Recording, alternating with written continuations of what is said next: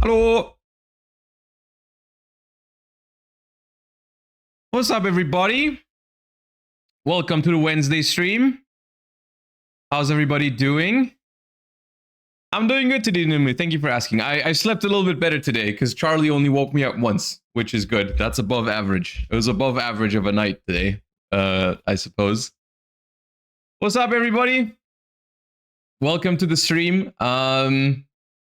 We're going to be practicing for the Master Duel Worlds qualifier today. Basically, that's all I have planned. I don't think we have anything else to really do. No news to talk about or anything like that. But we are going to do a tier list later as well for the current Master Duel format. Once I've gotten a little bit more practice in, but yeah.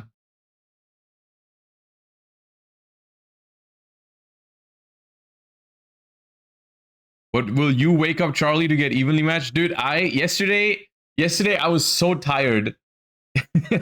Yesterday I was so tired that from him waking me up multiple times during the night that I thought about during the day when he's sleeping usually during the day. I thought about waking him up so he would be tired at night and he would sleep.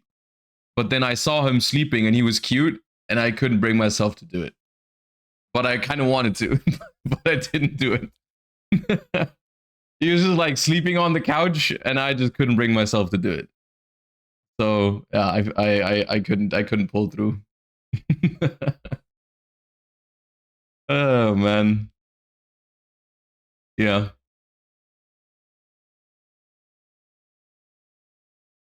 It is what it is. All right. Let me get the warm up ready actually. I forgot to open the tabs. Hold up. And then we can warm up. Haven't played Card Guesser in a while. And then we will do some Master Duel grinding.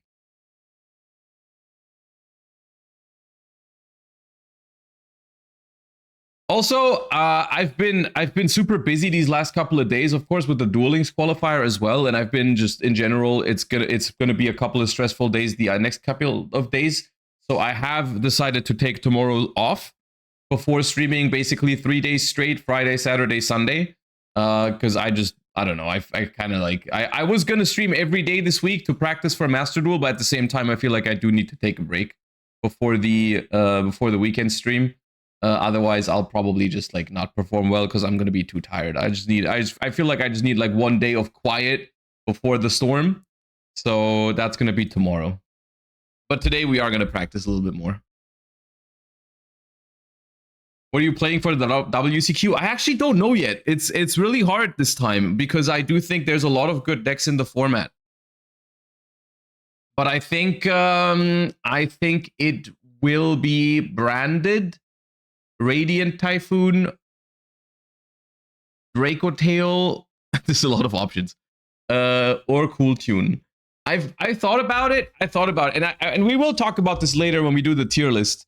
But like I thought about it, and I do not think I should be playing Sky Striker unless the format becomes super Cool Tune dominated. I think if the format becomes super Cool Tune dominated, I can see myself playing Sky Striker. But if it's too much branded and Draco Tail, those matchups are just too stressful. And not good enough. Like the matchup against branded with Sky Striker is too hard, and the matchup against Draco Tail is fine, but it just takes a long time, and you're still gonna lose like 40-minute grind games or something, and that's rough for that strategy. Remember what happened last time you betrayed Striker? Yes, I do remember, but I'm not a fan of that kind of results-oriented thinking. I do think if I take a step back and I look at the current Master Duel format, I just don't think Sky Striker is that good. And I've had that experience with Sky Striker recently. I played it in the stage 1. I played it in rated duels, or in ranked mode rather. And there's just a lot of matchups where you go second and they like Master Duel, because it's best of 1, is just more. There are more random combo decks that you lose the coin toss to, and then you have no shot with Sky Striker. Like you are gonna run into some like random like White Forest or Elf Notes or whatever in the Duelist Cup. For that's basically guaranteed, you know. And I think that's rough.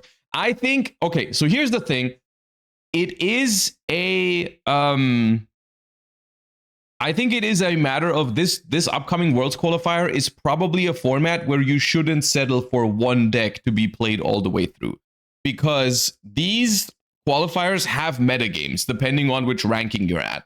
For example, I think Sky Striker is a bad deck to play on the first day, because on the first day you're going to have a little bit of everything, right? You're going to have a little bit of everything, which also includes Elf Notes, White Forest, whatever, right? And those matchups with Sky Striker are going to be pretty hard. So I don't think I should be playing Sky Striker on day one. I just don't think that's very smart. I think on day one is, to me, it feels like maybe a cool tune kind of day, or maybe at least something that has like a Molcharmy in it, like maybe branded with Charmies, or Draco Tail with Charmies, or maybe just cool tune because it gets the job done fast and it's kind of chill, right? That's like a day one kind of strategy for me this time, I feel like. So that's something I could see myself doing. When we get to the higher ranks and we start running into like really good branded players, and we start running into maybe Sky Striker players who are trying to counter Radiant Typhoon, or Cool Tune, not Radiant Typhoon, or stuff like that, right? Once that rolls around, then maybe you probably play like Branded yourself, or Draco Tail yourself, or Radiant Typhoon yourself, right? So like that's like, in my mind, a good deck for the later stages of the cup. And then if the metagame ends up being a lot of Cool Tune at some point, then I think Sky Striker is a good pick. So realistically, I think all of the decks that I just mentioned are reasonable options, but you gotta pick the right spot for them. And I just don't think I don't think Sky Striker is good for day one, but I will have a list ready for Sky Striker. My main goal with the Sky Striker deck is going to be beating Cool Tune, because I think that's what it's best at. And then if I ever feel like at the high rankings there's a lot of Cool Tune players, I will whip out the Sky Striker deck and play it, right? Because that's the scenario in which Sky Striker is best. But yeah, we'll talk about some more theory like that throughout the day for sure. But I really don't think this is a cup where I should be playing one deck all the way through, especially because if I had to pick one deck right now that I think is like the best suited for me, I would probably say it's Branded. However, I think committing to a 72-hour tournament, of course I'm going to have sleep breaks, but 72-hour tournament of just playing Branded, that just cannot be correct. Because at some point, I'm just going to fatigue and freaking lose games to timer, lose games to misplays.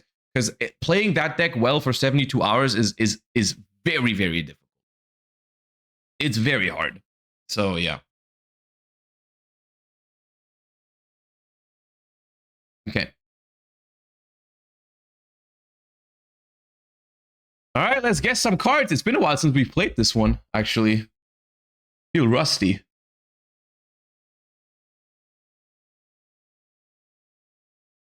Just don't fatigue. Ah, okay. Who are you? Link streamer. Oh, it's me.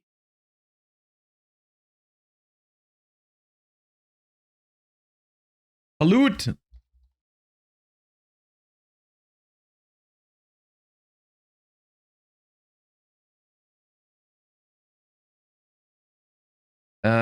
I have seen this card before, but I don't know what it's called.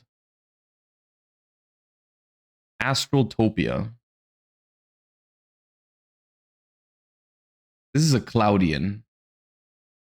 Cloudian is like acid cloud? No, I think it's toxic poison cloud.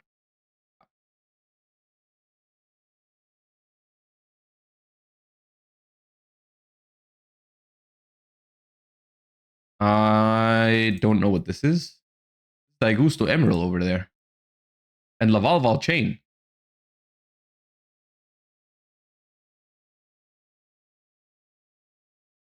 that Acid Golem in the back? Oh, this is like Gamil.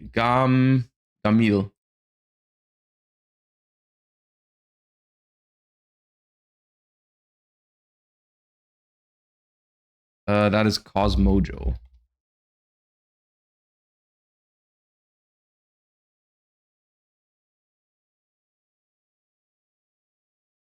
Feels familiar. That is a trap card. Something fusion device. Anti-fusion device. Yeah.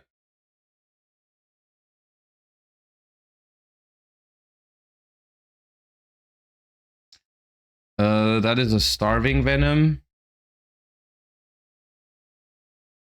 Odd Eyes Venom. Odd Eyes Venom. Okay. This feels familiar. That is a Gradle. Alligator. Gradle Dragon. It does look more like an alligator, in my defense. At least the head.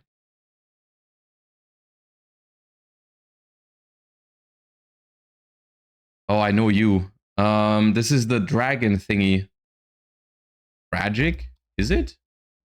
Dragon Queen of Tragic Endings. Oh, okay.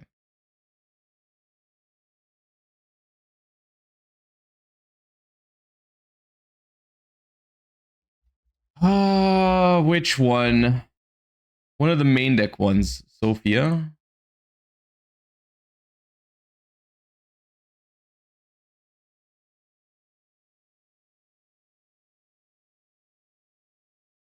I have seen you. I don't know its name. Chaos Mirage Dragon. That is so cute, boss. I think.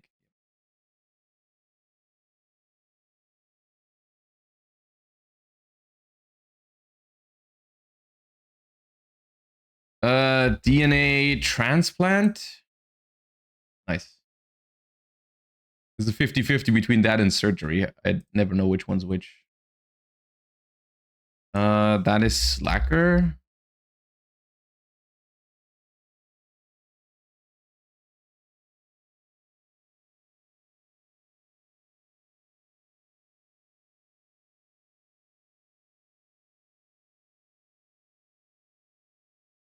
Ah, Boogroth.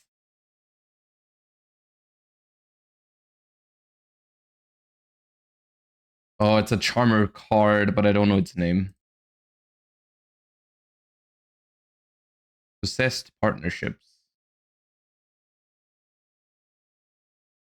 This feels very familiar. This is an old vanilla. Oh god, that's an old vanilla. That's a very well Temple of Skulls, yeah.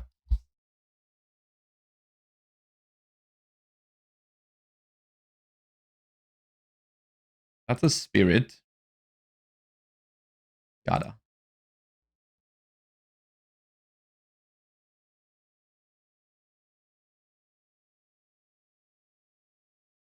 That could be a predaplant. That is a predaplant. That is Ambuloides.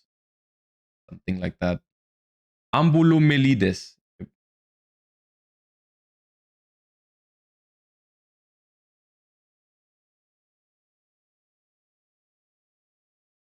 Who are you? Oh yeah, it's Prisman.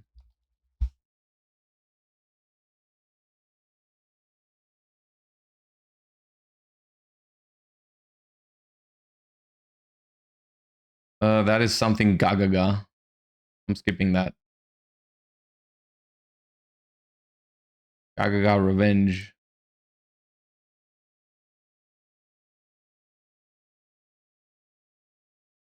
Okay, what are these cards right now?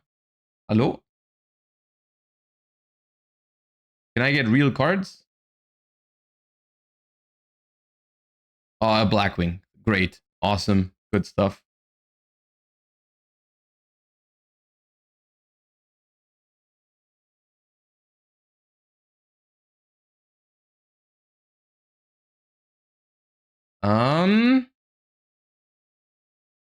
What is this?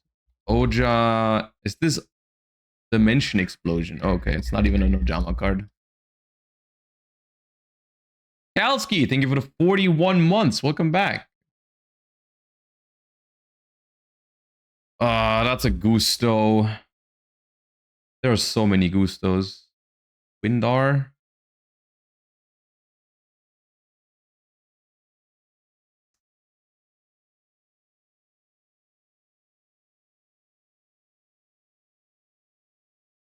Tailwind of Gusto.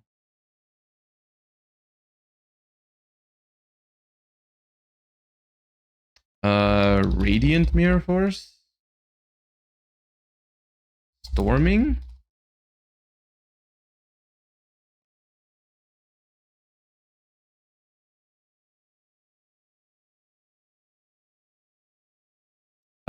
Is that Gilasaurus?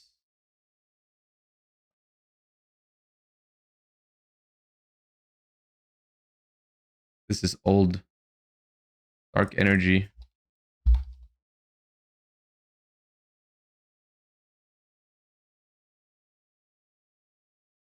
That is a Mayo Senju. Daibak. No. Come on, man. There's only two. Master Plan.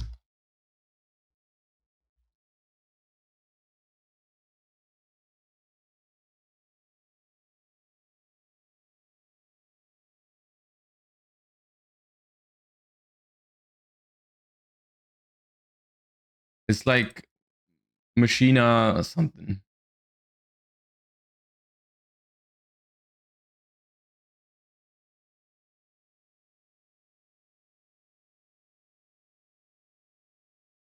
Nope. Perform Puppet.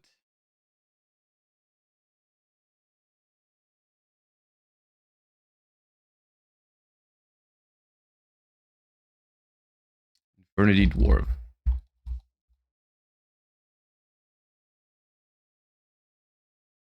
Bro, we are cooked today.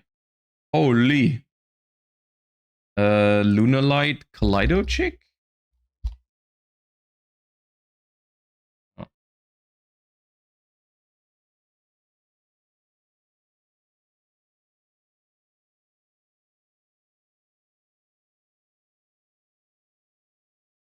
Who? Appliancer Propylion? Okay. Curse of Dragon.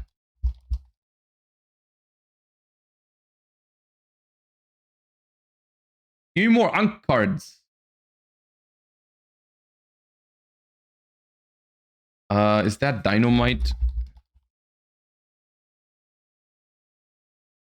No, it's not. Warlord Riot Dragon? Oh, yeah. That is Riot Dragon.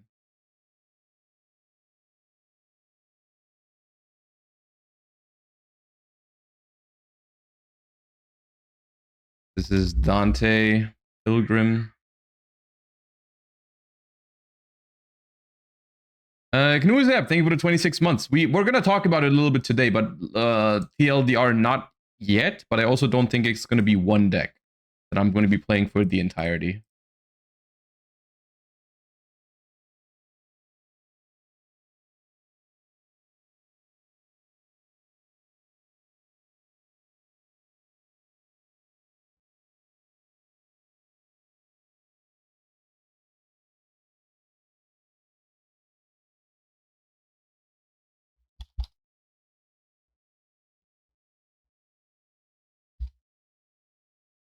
Oh, it has two eyes. Okay, I didn't know that. This looks unchained. Millions, thank you for the 5 months. I don't think we have new cards. Unless I'm missing something.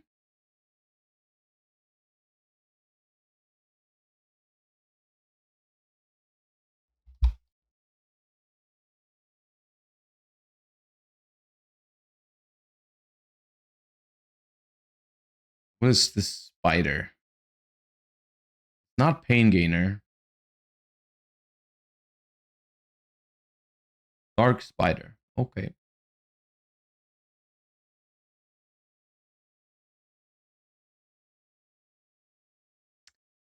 Oh, that is Aqua Actress. Poopy? No. Oh, Pear. Arwana.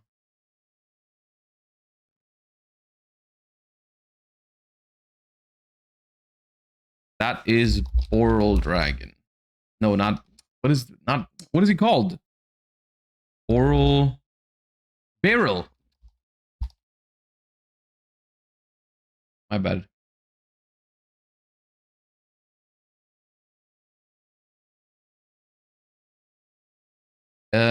This is Backfire. Oh.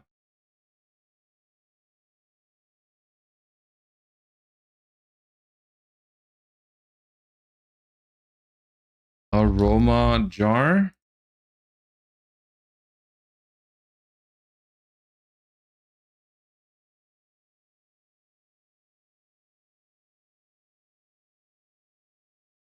It's a Gen X ally or ally Gen X ally Bellflame.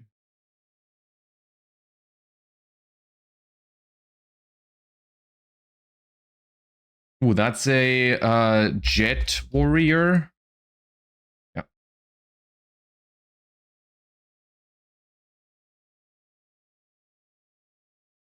Mimiclay.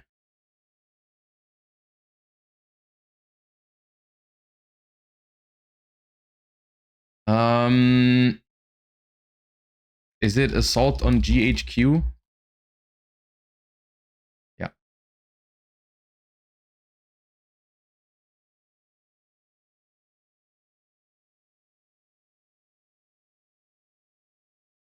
Oh, that's Confronting the Sea. Confronting the Sea.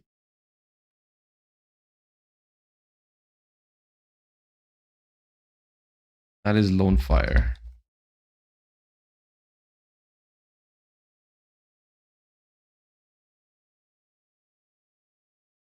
That is, it used to be Kinetic. Oh no, it's not. It's Cypher Soldier. In my mind, it's still Kinetic Soldier. Red Eyes Darkness Dragon.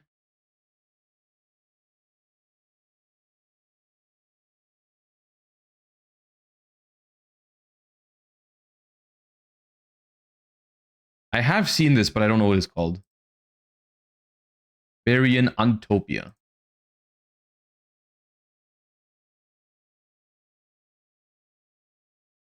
Oh, that's Ariel.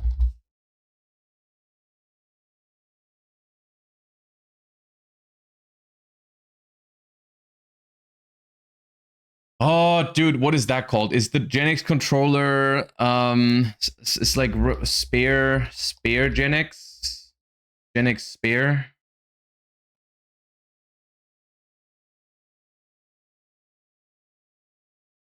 Come on, one more for 800.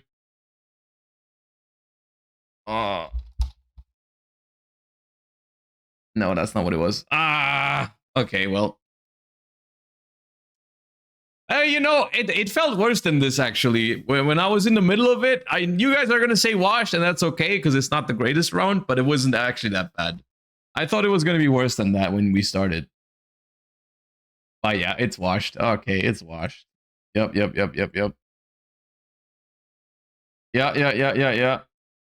Okay. Let's go with Rongo. Vanilla! It's a vanilla kind of day. Okay.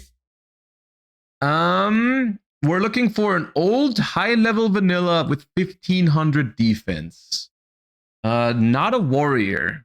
Who's got 1500 defense in the one tribute department? What's the defense points on this? Nope, not enough. Or too much. Who's got 1500 defense? Curse of Dragon is a dark, so it can't be that. 1500 defense, probably more like a level 5 or 6. Summon Skull is 1200 defense, right? That's also a dark. It wouldn't work. RQ Beam, 1650. Yugioh has 15. Okay, hold up. Okay, it is higher than level 5, stronger than 2450. Hold up. So that means that probably means it is a 2 tribute, right? Because for a 1 tribute, that would be better than Summon Skull, which I don't think there is a level 6 from 2004 that's better than Summon Skull in terms of vanilla stats. It probably is a high level monster then, level 7 or 8. 2 tributes, 1500 defense. Dude, and not a dark. Not a dark eliminates a lot of them, like Knight Sword Serpent, but that has too much defense anyways. Armored Bug. Armored Bug. Oh, you know what? That's probably it. Yeah, good call. Good call. And I know this one too because they played it in the Mize deck sometimes. The King of Armageddon, they played it for like Doom Dozer as a level 8 ritual material for advanced ritual art. That's a card that actually saw some play sometime, which is funny. Okay.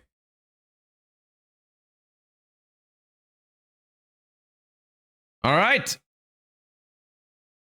And with that warm up out of the way, welcome to the stream, everybody. We have nothing to do today other than preparing for the WCQ in Master Duel, which is starting in 2 days, so relatively soon. So we're gonna just practice and play some rated duels. And later on, we will also be making a tier list because I do need to. I've been slacking on the YouTube uploads recently because I mean not really slacking, but it's just because we've been moving and I played the Duel Links qualifier. Now I'm playing the Master Duel qualifier. There's just a lot of things that have been going on, but I do want to make a YouTube video this week about the current Master Duel format because it's been a while since I've actually done one of these for YouTube in general. I think I didn't make one last format. So yeah, we'll do that later to get a little bit of an overview on what's viable at the moment in Master Duel. For me personally, we've already talked about it a little bit before the warm-up, but there's a couple of different options and I haven't quite decided yet. D7, thank you for the 29 months. How's Charlie doing with the new home? He's getting there. He's doing better and better every day. I mean, he was, of course, very nervous in the first couple of days, but now he's all right. The only issue is that we don't have a, what's it called? A cat door yet. So he can't go outside on his own, which means he wakes us up at night multiple times when he wants to go out or when he wants food. So that's really stressful right now. Has he discovered this room? Yeah, he's been here while I was streaming Duel Links like a bunch of times. But you guys didn't see him, but he was here a bunch. Yeah. So here's the thing, right? In my mind, of course, the decks that I like the most in Master Duel, the decks that I would like to play, are the 4 up here. Right, these 4 up here are the decks that I like in Master Duel. These decks are the ones that I think suit me well at the moment. Right, we've got Branded, we've got Sky Striker, we've got Radiant Typhoon, and we've got Branded Draco Tail. These are my favorite decks right now in the game. These are what I would like to play this weekend. How old is Charlie? We adopted him when he was 8, I think. He was 8 at the time, and that was 2 years ago. So I think he's turning. He just turned 9 or 10. I'm not sure. We because I forget. We adopted him right before he had his birthday, and he either he was 8 and turned 9, or he was 7 and turned 8. Yeah, he's 9 or 10. Because it was about 2 years ago that we adopted him. Yeah.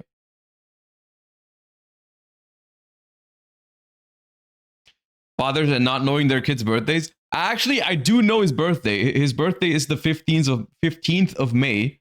I just don't remember if he was 7 or 8 when we got him. So his birthday was last month, but I don't know if he turned 9 or 10. Okay. Anyways, what I was gonna say,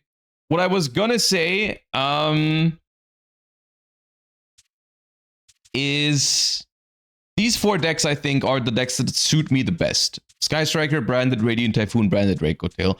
And we're gonna talk about it later in the tier list, but I do also think that all 4 of these decks are pretty viable right now in Master Duel.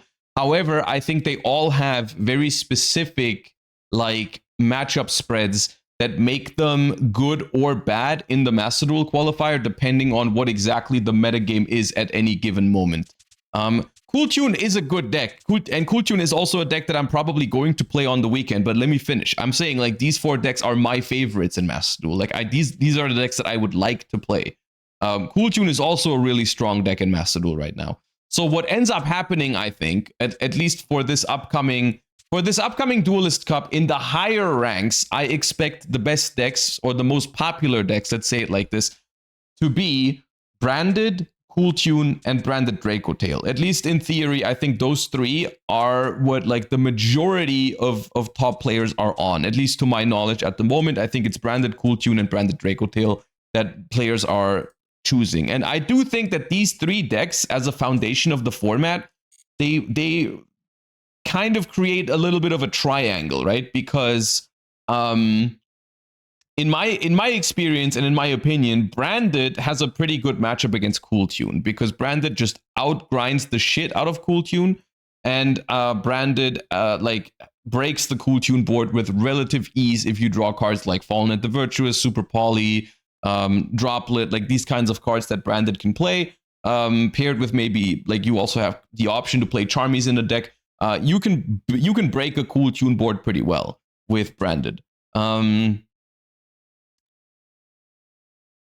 the other hand, Draco Tail is like a more... Draco Tail is more like a slightly less consistent, but also more powerful version of Branded in some ways, not every way. But the main advantage of this deck is that it beats Branded very, very well. This deck beats Branded, and it's actually pretty strong into Branded. So Branded Draco Tail is like weaker into Cool Tune a little bit because it's lacking something like Super Poly, it's lacking something like Droplet, which you could play in the deck, but it does make your deck less consistent if you put more spells in it. Because this deck really likes having monsters. I was messing around with versions of this deck that were playing Super Poly and or Droplet, and I was just finding myself too often drawing like a 5 mana or a Cartesia as my starter, but not enough names to fuse. Like, I was just drawing like a Trap, 2 spells, a Cartesia, and a Draco Tail monster, and it was just like very, very volatile. So I think it's fine to play a couple droplets in here. I've been playing 2 for a while, but I ended up taking them out. But yeah.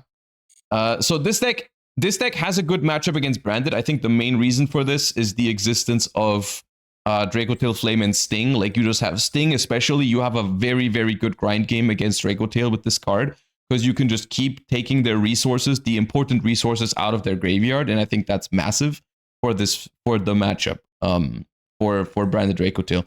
But because this deck is slightly less consistent, it does struggle into Cool Tune a little bit more, I think.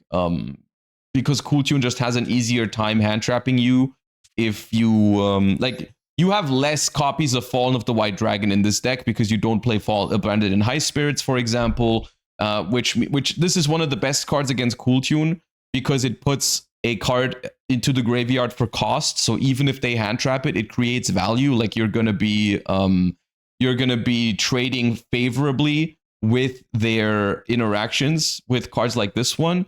And like, this deck just has less access to this card, and just in general less cards that trade super positively with hand traps, because it's like, okay, if they have Ash Blossom for Ketu, if they have like a Veiler for your normal summon or whatever, then you might just pass relatively often to just one hand trap, which the Branded deck is really, really good at playing through the single target hand traps, which is one of Cool Tune's signatures, of course, you know. Of course, sometimes you get like ashed on this and that's your only play, but you know, that can happen in every deck in the game. So it's kind of whatever in that sense, but yeah. So that's the triangle basically from my perspective. I think Branded beats Cool Tune. Cool Tune is favored against Branded Draco Tail. Branded Draco Tail is favored against Branded. So depending on what's popular right now, you could be choosing one of these 3 decks. But then there's also a couple of other decks in the mix that can exploit certain decks being super popular. For example, I think Sky Striker is a deck that is pretty well positioned overall. Don't take this list for granted. I haven't really worked on it in a while. Maybe we can update it later. But Sky Striker is a deck that I think is pretty well positioned in the format if you're mainly seeing Cool Tune. Because Sky Striker is pretty much the closest you get to a hard counter to Cool Tune. Like, Sky Striker has a very, very good Cool Tune matchup.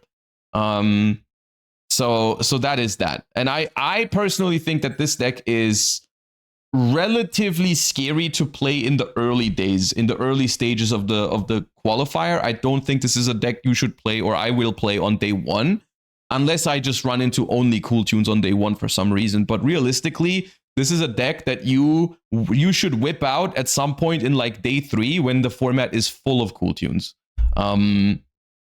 Because in the early stages, I think you don't only have to consider these 3 decks. You also have to consider that there's other decks in the format that people are going to play. You know, you have random decks like you've got your Elf Node combo piles, you've got your White Forest combo piles, you got your Zodiac Radiant Typhoon, you got your Orcus, your Mitsurugis, or whatever. Like, there are a lot of decks that people can realistically play on the first day that you can run into when you're hovering maybe like 10k, 20k, something like that. Even like some Pendulum combo piles and whatever.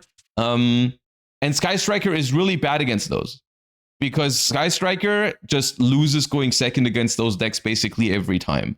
And I think that means you can only pick this deck at a higher elo, personally. Luna Light, like there's a lot of these kinds of decks that Sky Striker really doesn't want to play against.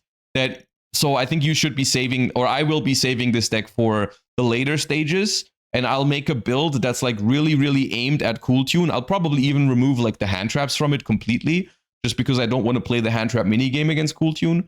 And I think that's something you can play on like day 3. But on the first day, I don't think Sky Striker is a good deck. Actually, for those matchups I just mentioned, for all those combo decks and such, I think Cool Tune is a pretty good deck for day 1. Eniacraft is a deck that you guys are mentioning right now.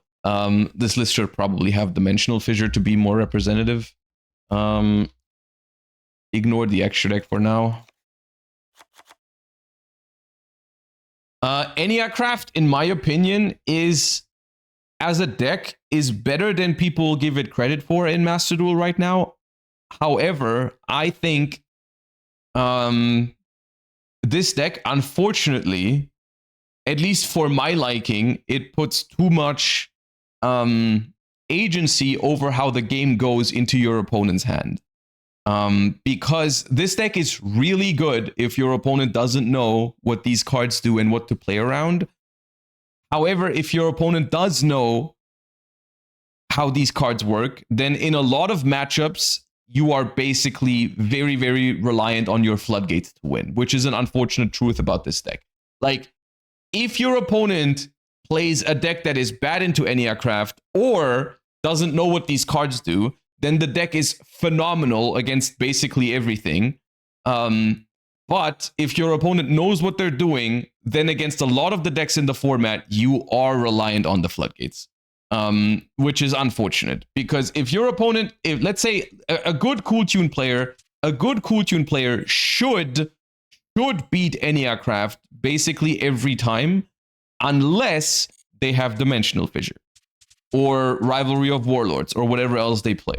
And the same thing is true for almost any top deck at the moment. Sky Striker should basically always beat Eniacraft unless they have Dimensional Fissure. Because even for Sky Striker, Dimensional Fissure is actually still really annoying because it blocks you from using cards like Fallen and the Virtuous, and it makes it so you actually get outgrinded sometimes because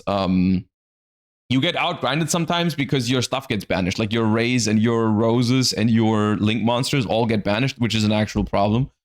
So that can be rough if they have Dimensional Fissure. However, if they don't have Dimensional Fissure, a good Sky Striker player will have a 100% win rate against Eniacraft, pretty much. Like, and I'm not joking. That is legit. Against a good Sky Striker player, it's legit unwinnable without Dimensional Fissure. So yeah, is this the tier list? No, we're doing that later in a more structured form, but I'm just rambling about the format a little bit right now. The same thing is true for Radiant Typhoon. That deck destroys Eniacraft if played well. Also, if it ever draws cards like Droplet or Sheena, I think it's usually just cooked. I mean, Sheena you can kind of counter with the spider, but if they have Forbidden Droplet, it's pretty insane. Also, they can, like, you basically need a very strong setup with Eniacraft with multiple of the big ones to even beat this deck. Because if they set up a Varurun before playing a Mystical Space Typhoon, and so the Varurun can counter your Pixia, it's rough. If they chain block Phonics, it's completely insane. Like, you just summon Phonics, you activate a Radiant Typhoon quick play, you chain Mystical Space Typhoon on yourself, you go Chainlink 1 Phonics, Chainlink 2 the spell to reset itself. They can't do anything about it. Eniacraft cannot do anything about that. So as long as the Radiant Typhoon player knows what they're doing and doesn't just freaking Mystical Space Typhoon the first card, it's very, very hard for Eniacraft to win. And that personally is something that I don't think is good for a tournament like this. If you want to play for the top, I think maybe Eniacraft is actually a cool deck to play on day one. It could genuinely be okay to play Eniacraft on day one, but I don't think it's good past that point, personally. You try to flip Pixia as soon as you can. Yeah, you can try to flip Pixia with your own cards early. That is true, but then you still lose if they have Droplet. You can still easily lose to Sheena. They can also just attack your Pixia, which is not that hard. Like, if my opponent summons a Phonics and you flip up your Pixia, what is stopping them from just attacking your Pixia? It's got like 2,500 defense. It's easy to run over for this deck. So, like, it's really, at this point, you are literally just praying that your opponent's hand is terrible, or your opponents, or they, like, don't know how to play the matchup. So it's very hard. Does Pixia's protection need to be triggered by its own effect? No, you can. If you flip Pixia by yourself, it still gives you the effect of your opponent can't target anything. But like I said, the Pixia is relatively easy to run over. Because there is no Eniacraft that stops attacks. Like, if you flip the Pixia face up to prevent your opponent from targeting, all they need to do is summon Phonics and attack it. And there's not a lot of things you can do to prevent that. And then after the Pixia is out, they simply do the thing where they chain block their Phonics, maybe even if they want to play around a second Pixia, and then it's over. So yeah. It doesn't hand rip if you manually flip it. Yeah, but in some matchups you still have to do it. But still, I think it's just a matter of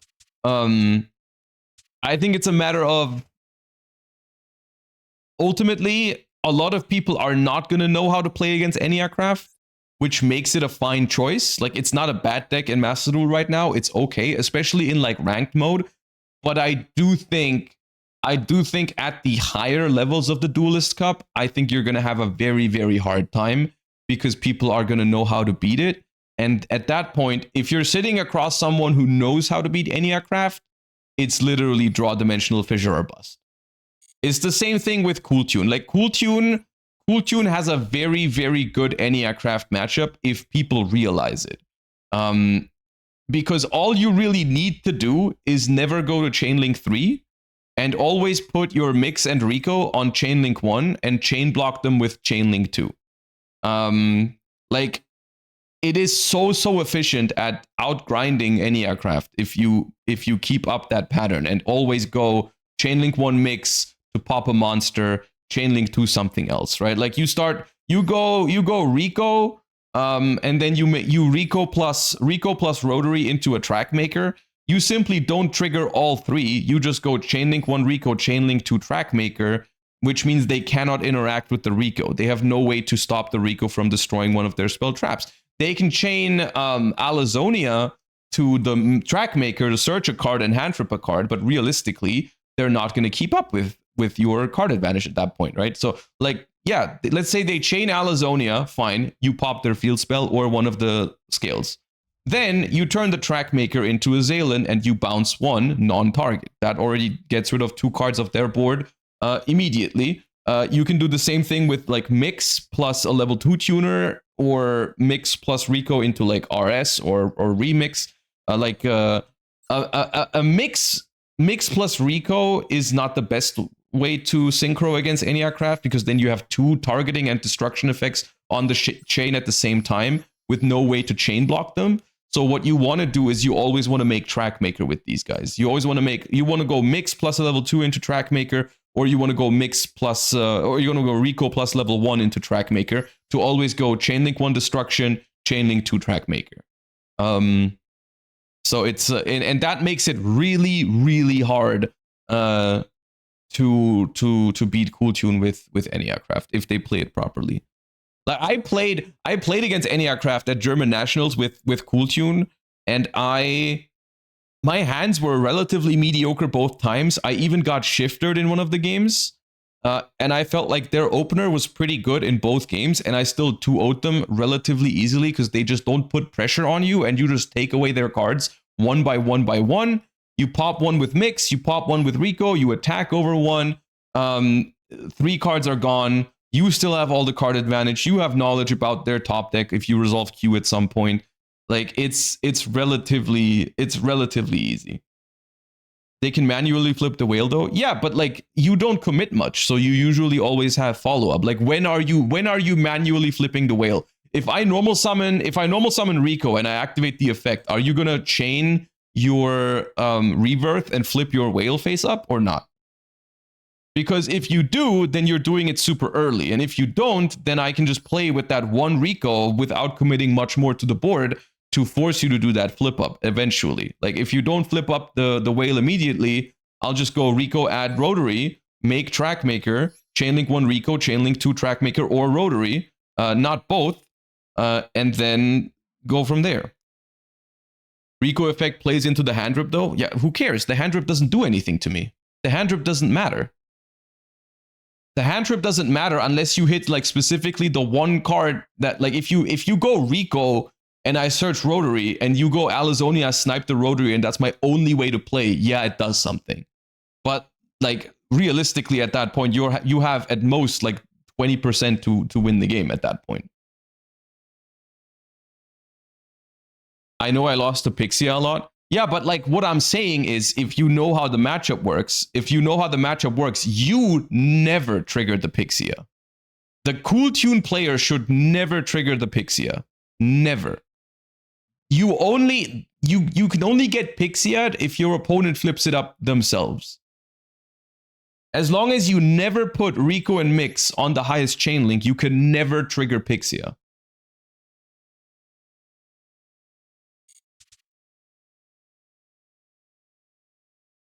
People in here bending it like Beckham, trying to make Eniacraft sound like the best deck. I mean, here's the thing. Like, I'm on your side. I like Eniacraft. I think Eniacraft is a cool deck, but realistically speaking, from a competitive perspective, it has too many weaknesses. It has incredible outplay potential that every top tier deck in the format at the moment can use. Even branded, like if branded ever summons Mirror Jade, you are in trouble.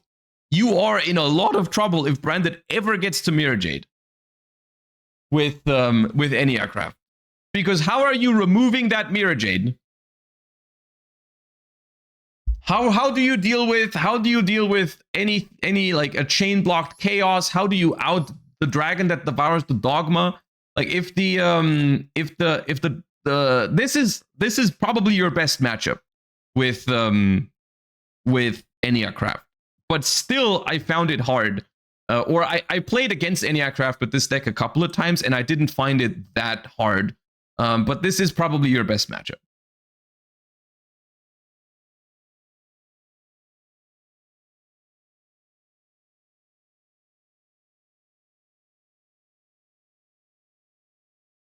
Enya just burns to death. Yeah, but like this deck can out the field spell. It's not that difficult.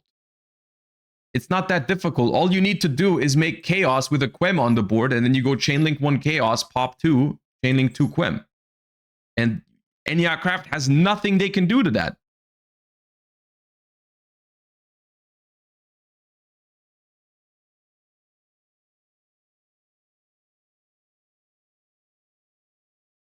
And then you can recycle your chaos and do it again the next turn. And do it again the next turn, and do it again the next turn, and then you don't have field spells anymore. And then it's GG's.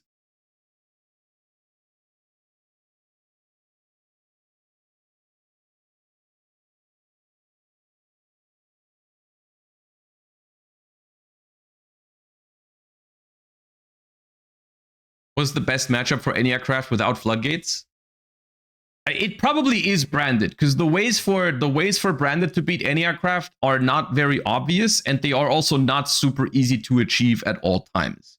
Like it's the game state of Quem, make chaos, and then chainlink one chaos, chainlink to Quem is not super trivial to get to. You do need a couple more steps to get there, and it's not super obvious, and maybe you can get annoyed by the whale on the way there, because if they flip your Quem face down, then you need to go through the effort of getting it off the field and bringing it back and stuff like that.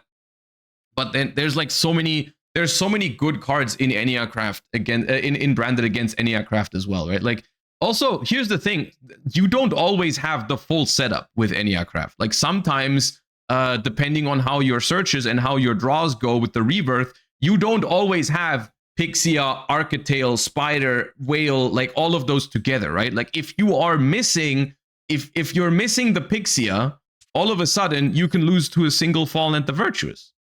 If you don't find Pixia or Architail, like you might be in big trouble. And then also if they can play into one of these, like let's say they play into Pixia with the Fallen and the Virtuous, and you flip up the Pixia, and then they normal summon Fallen of Albaz, or they summon it with Ecclesia and activate Effect Diffuse. What do you do about that? Your Pixia is going to be gone, and then they make an Albion that activates, that summons Mirror Jade. And what do you do with that? I think it's much harder for Eniacraft than it seems. At least from the perspective of someone who knows all these cards by now. Like I've been playing against Eniacraft a lot in Master Duel, and I've been practicing against it. I've played it myself, and I do think as if you see all of the weaknesses of the deck, then it suddenly looks less appealing to play at a high level. So yeah. Are you thinking of cutting Ash from your branded list? Yes, I'm thinking of, I was thinking about something like this yesterday. I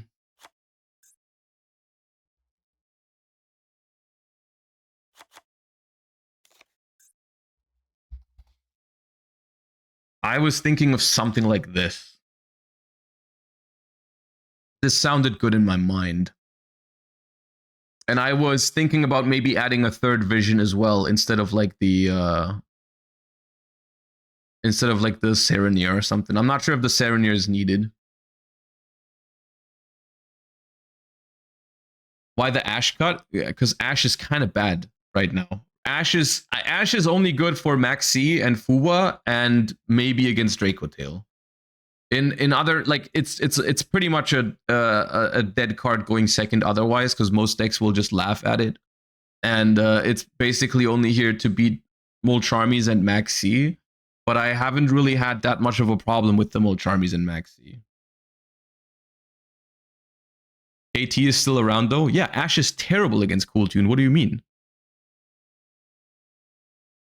Or what's your point? Like, Cool Tune is the reason to cut Ash. Ash sucks against Cool Tune.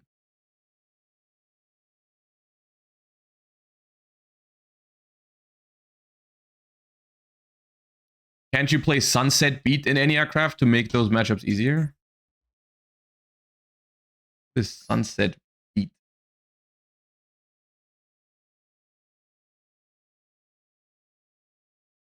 No. No, you can't. This card is not good. Okay, anyways, let's play some. Let's play a little bit. I wanted to play Radiant Typhoon today. I wanted to play Radiant Typhoon because I think this deck is interesting in Master Duel right now. I haven't played it since the Fallen and the Virtuous came out, and I think it's a relatively good deck right now that I wanna test a little bit with. So I think this deck has a solid Cool Tune matchup. I have Super Poly in it right now, but I'm not sure if it's gonna stay. I want to try it though. This is a little bit heavy on non-engine, I think, because I'm playing triple Sheena, triple Super Poly, triple Droplet, and triple Fallen. I'm worried it doesn't have enough starters. But I want to try it a little bit. But yeah, this is basically the board breaker version of Cool Tune. I'm a little bit worried of the fact that I don't even have Fuba in this deck, but Fuba is pretty bad in this deck when you go first. You have no real way to make use of it, but I'm a little scared of combo decks, so I might switch the Super Polys for a couple of Fubas. But yeah, Magnamood. I think Sheena is the reason why this deck can beat Draco Tail and Branded. I think this card is probably the best non-engine in your deck if you're expecting Branded in the format, which is why I'm playing the Magnamood as well, because it's phenomenal against Branded and Branded Draco Tail, and just searches you a Sheena, which I think is pretty good. There is a world in which you cut the Magnamood or one Sheena like down, but I want to try with the maximum because I think that is one of the main advantages of this deck. Yeah, it also makes the game states against Radiant Typhoon, against Cool Tune a lot more complicated for them. Is the Zoo engine viable? The Zoo engine is viable and is one of the things that you could do if you want more consistency in the deck. However, I don't think it's the best version of the deck. I think you're making it more combo heavy than it needs to be. I do think ultimately the combo that this deck does is good enough. And I don't want the deck to be bad into the Molcharmi Fuwalos, which I think this is one of the strengths of this deck. Like basically, I want to lean into the strengths of Radiant Typhoon if I bring Radiant Typhoon. And I think like being good into Fuba and having access to Sheena, those are the advantages that this deck has. So that's why I'm not playing Ratpier at the moment.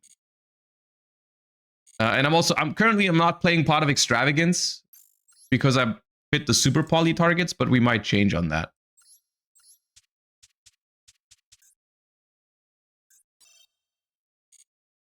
What's your opinion on playing Purulia for Cool Tune, Radiant Typhoon, and Branded? I'm not a big fan of Purulia. I've never been a fan of Purulia against Cool Tune in the TCG neither. And I think against Branded is also not that good. There's a lot of games where I don't even normal summon. It is good versus ENIAC Craft.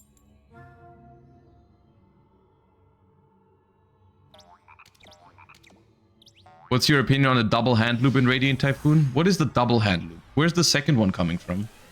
Because one is the Enter Blathnir, but...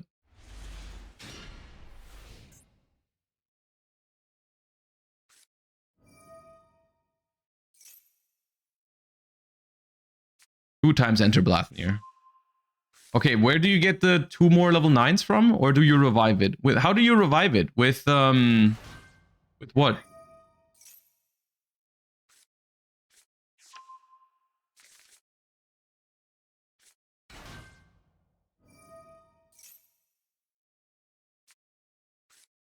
Spin, thank you for the 4 months.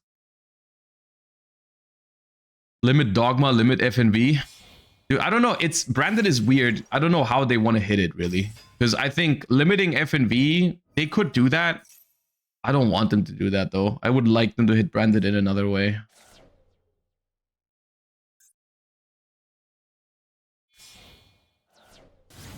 High Spirits to 1. I mean, those are all just consistency hits, right? It's all just consistency hits. I would like to not do consistency hits personally.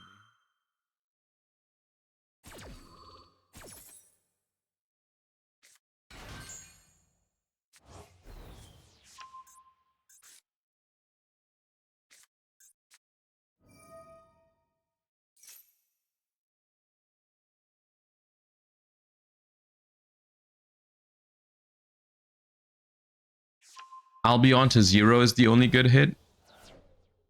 That is... I think Albion to 1 would be better, personally. I like Albion to 1. And then maybe something else. Because my goal would be, and I understand that that's not everyone's goal, but my goal would be to keep the Fallen and the Virtuous playable as a generic card. I think that is a very healthy staple to have in the format. So I don't want that to go away. And I think if you ban Albion, I think that does go away. So, and I think limiting Albion to 1 is already, like, they all play 2 for a reason in Branded. And then maybe something else.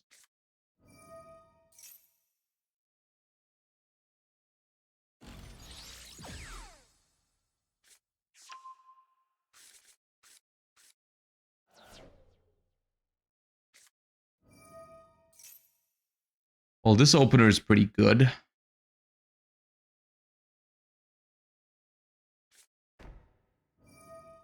What do you mean area 0?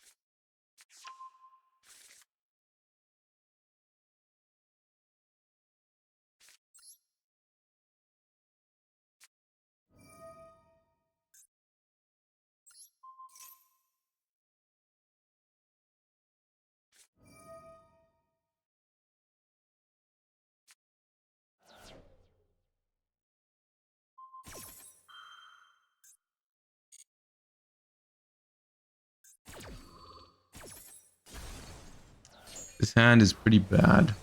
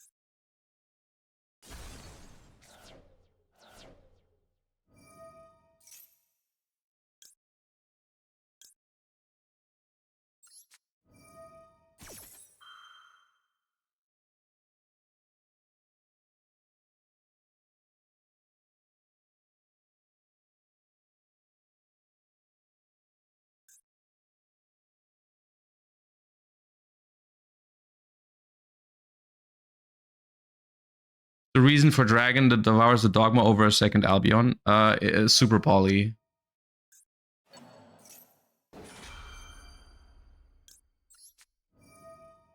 Super poly and also technically called by the grave. Because the thing is, on your opponent's turn, if you send with Fallen and the Virtuous, adding to hand is completely fine. Sometimes even better, because you have the option to like discard it for Radiant Typhoon Vision.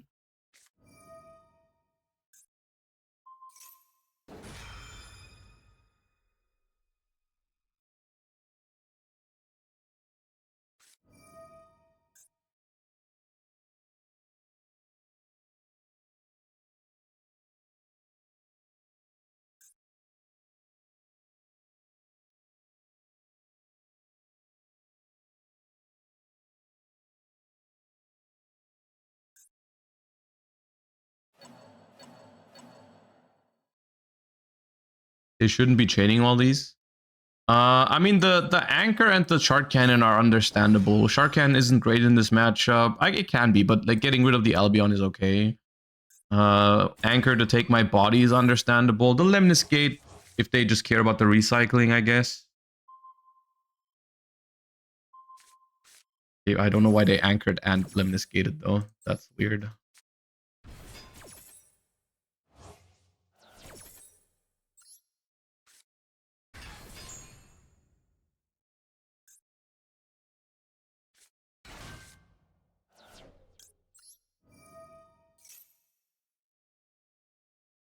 Okay, no Ash. No Ash is pretty massive.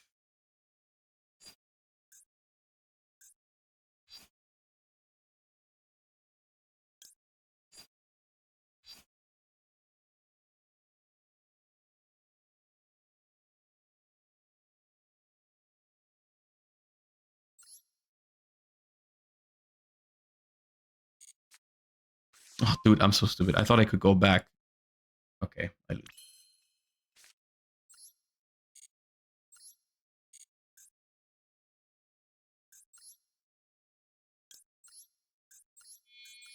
I wanted to get a different monster, and yeah.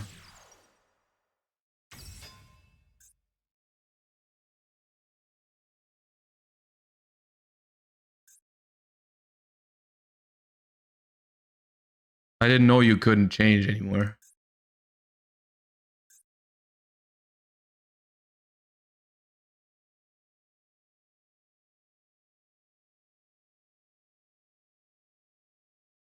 Did I miss the tier list? No, we're doing the tier list at the end.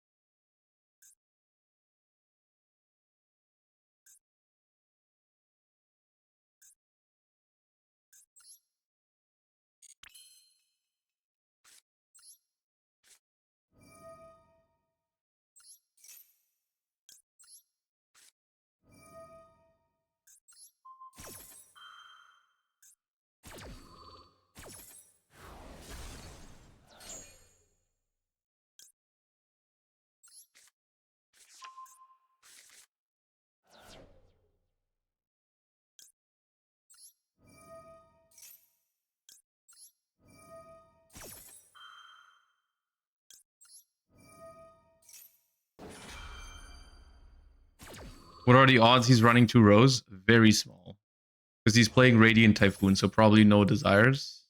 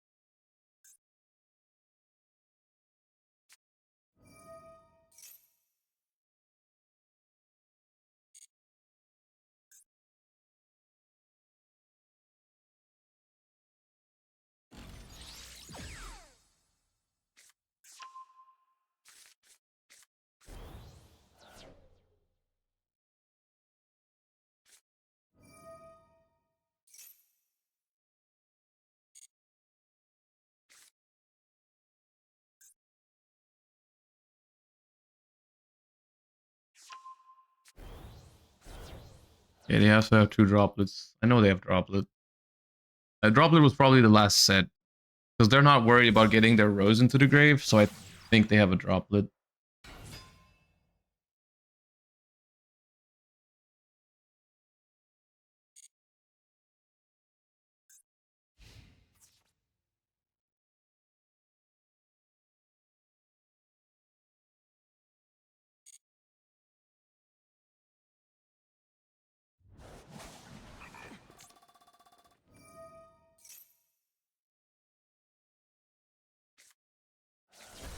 They play 2. Okay.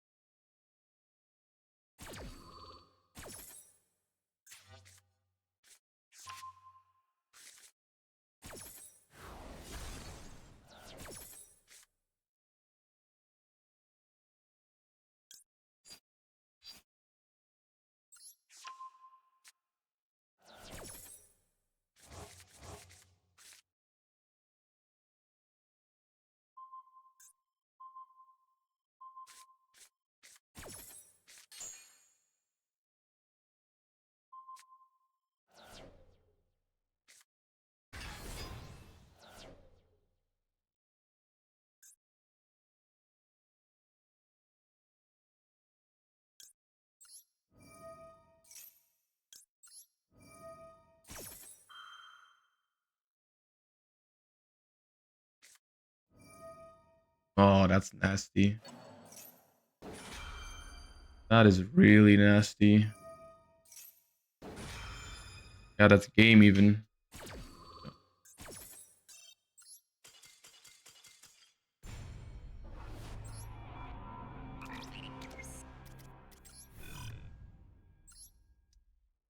Yeah, I think.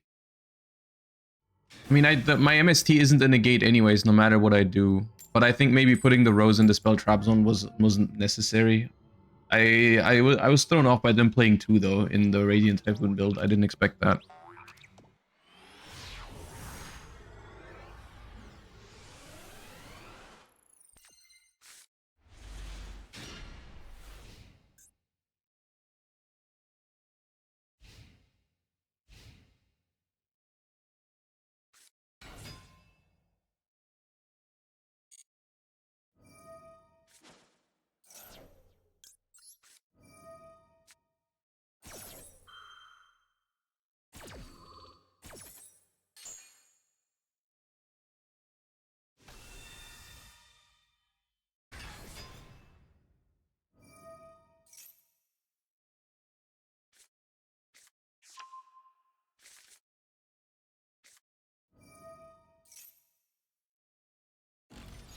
Is this hand playable? Nope, not yet.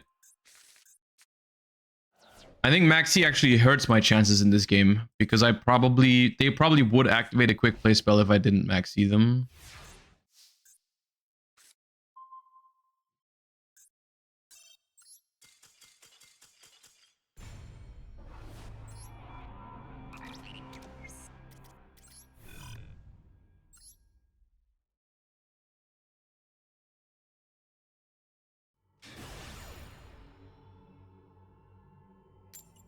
Less Sheena? No.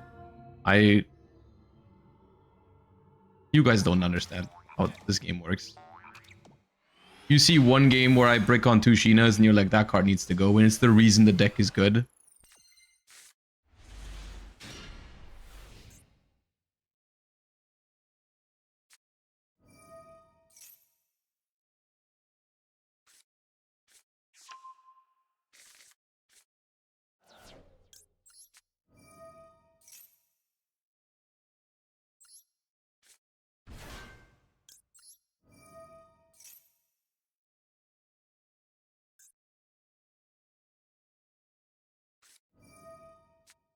course.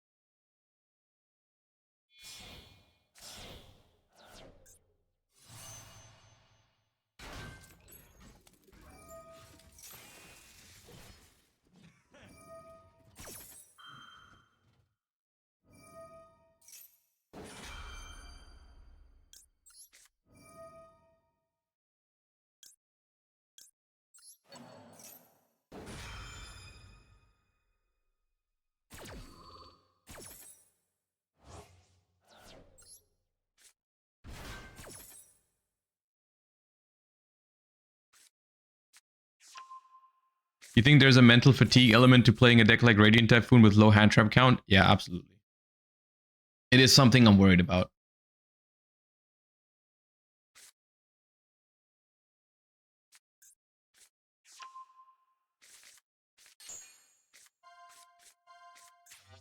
Oh, nice. Losing one of Megala. Good stuff.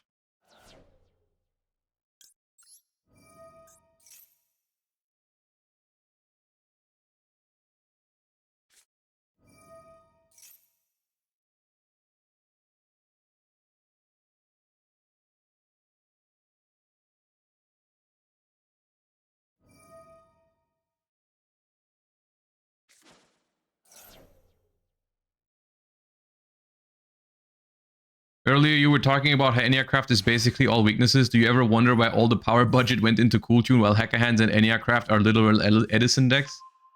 Okay, they're not that bad to be exact. I don't know the answer. No.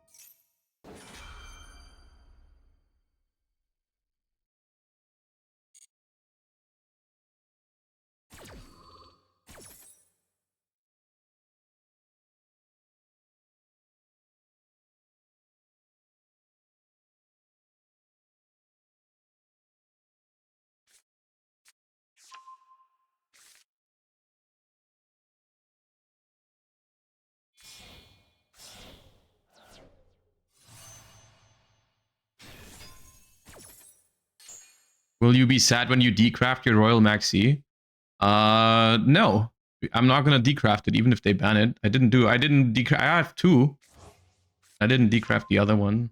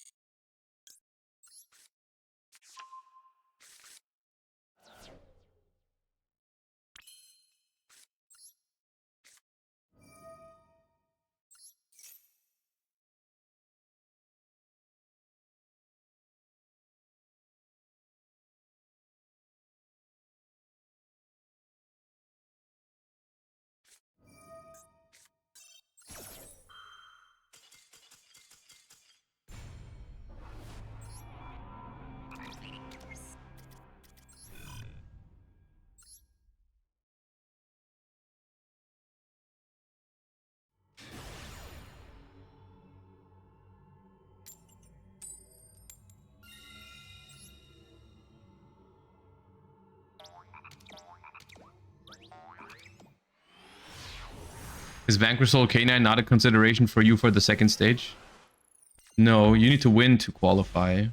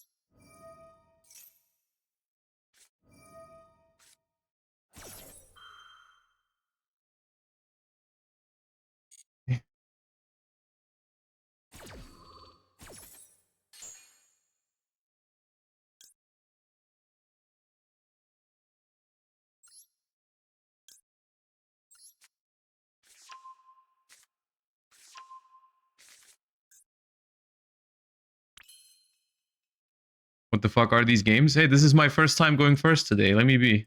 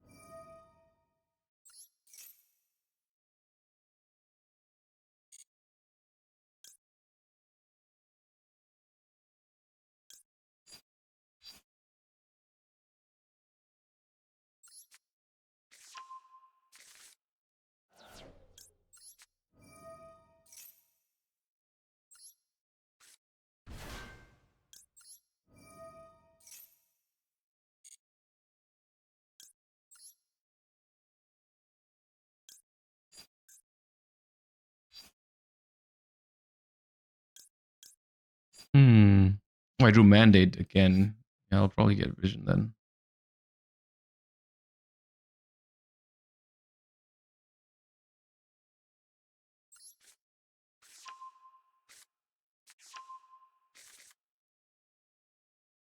Vision and draw phase.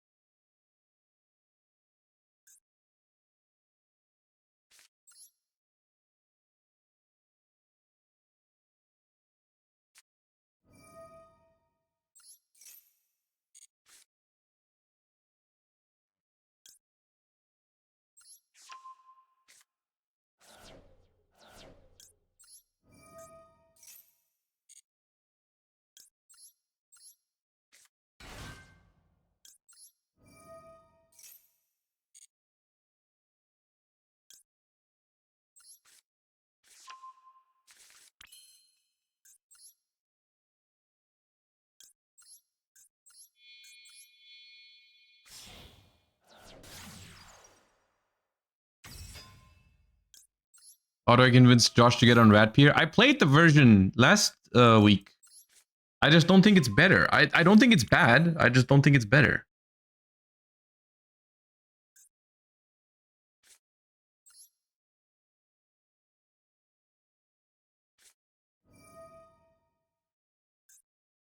With Saryuja, I played without Saryuja, but I don't think that changes my mind because it's just it loses harder to Charmies anyways. It doesn't matter if I play Saryuja or not.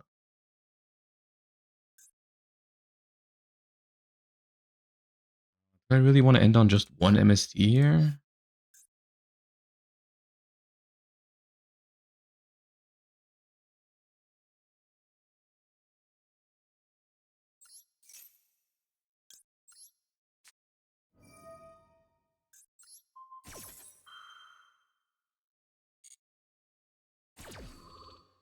It's better into Droll and worse into Charmies? Yes. I could see that.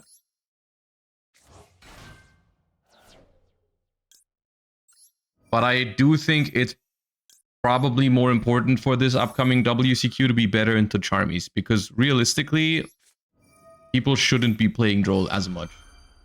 Like, Droll is genuinely just not good right now.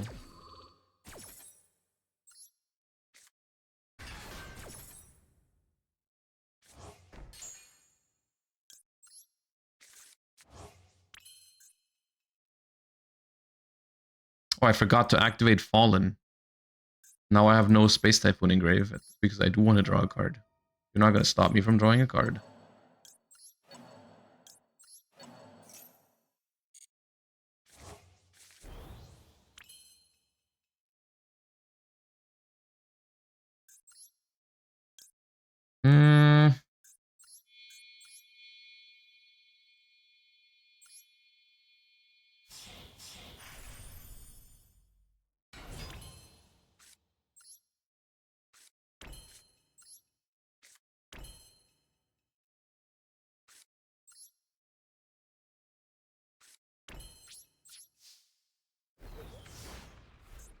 This board should have been better.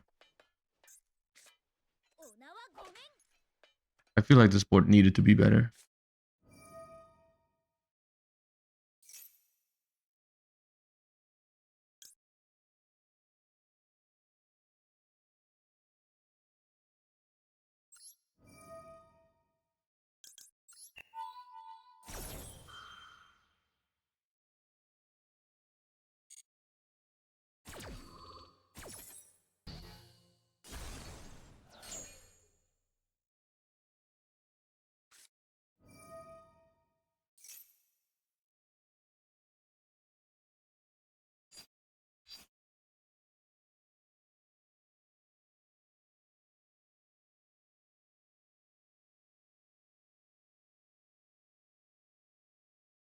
I think right now is probably my best chance at getting my negate with my MST.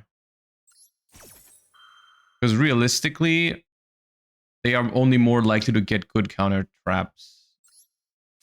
Quick plays, not counter traps.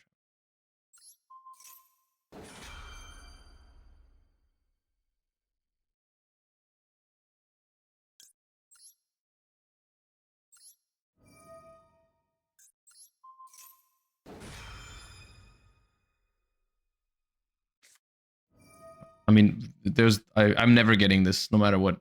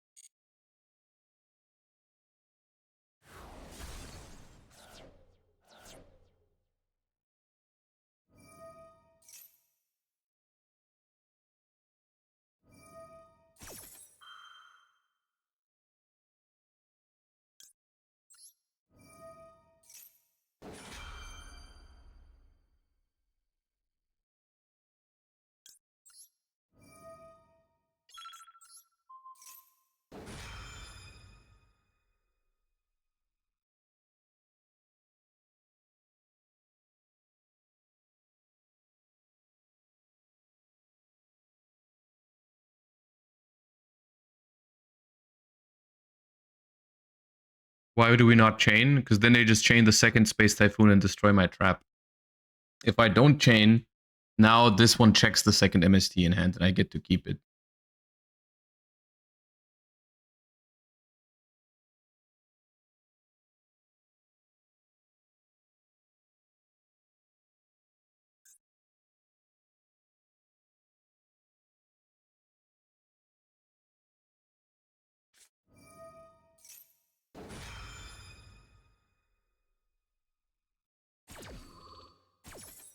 Okay, MST Swen.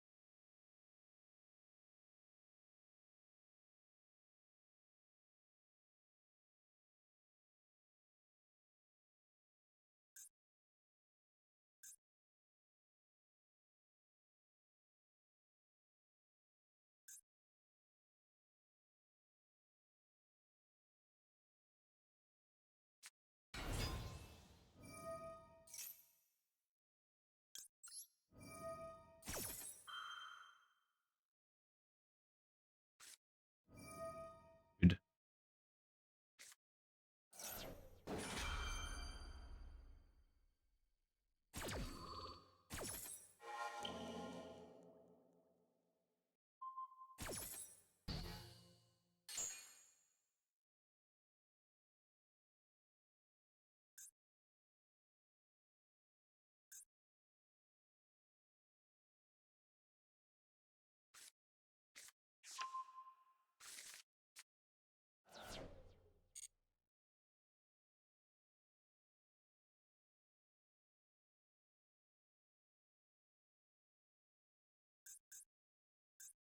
The droplet was the draw off of the trap too, because I knew the other cards in hand.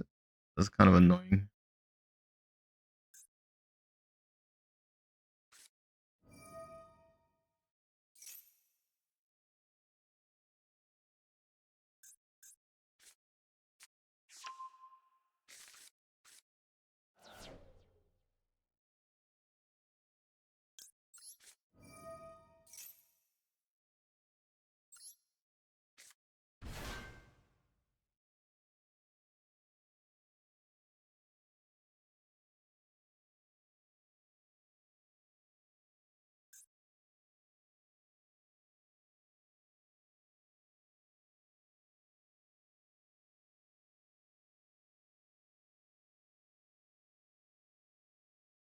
Your trap checks both MSTs? No, it's not true. It's once per chain. They can double MST it if they want to, but it doesn't work out.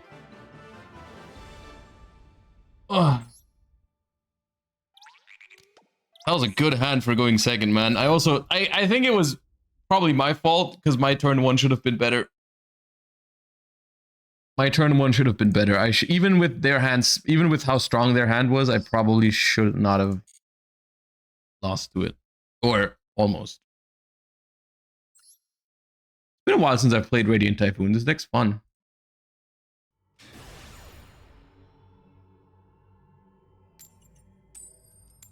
We win on the crackback anyway. Yeah, I just needed to make sure not to lose that turn, and also I was a little worried about my time. Any Draco Tail plans for today? Yep, after this one.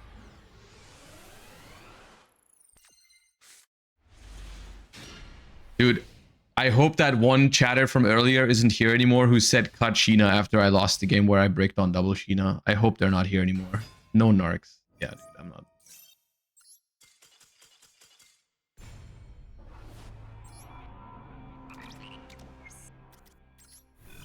I really hope they didn't see that.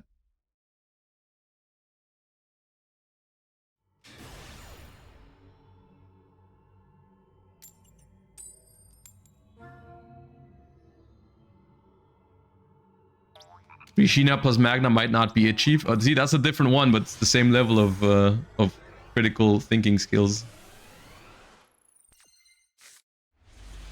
Oh, time to cut Droplet. I've drawn 2 of it. It's time to cut Droplet. It was a good ride. It was a good time, Droplet, but time to go now. You've appeared in my hand as a duplicate. Unfortunate.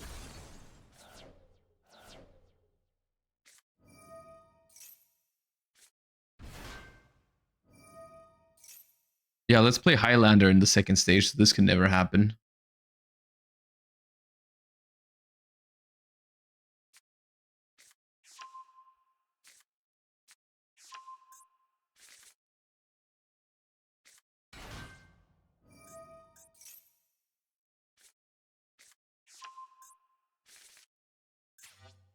Oh, it's a lot of royals.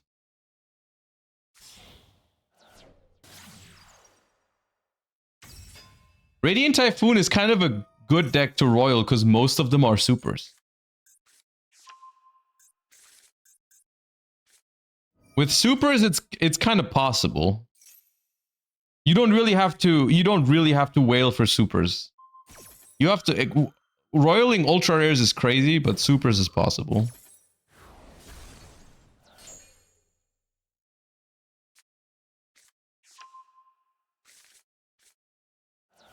Is there an ultra rare in this deck? I mean, Vision is, right? Yeah, Vision is UR. And Phonics. Okay. And Eldam, actually. Okay, maybe I take it back.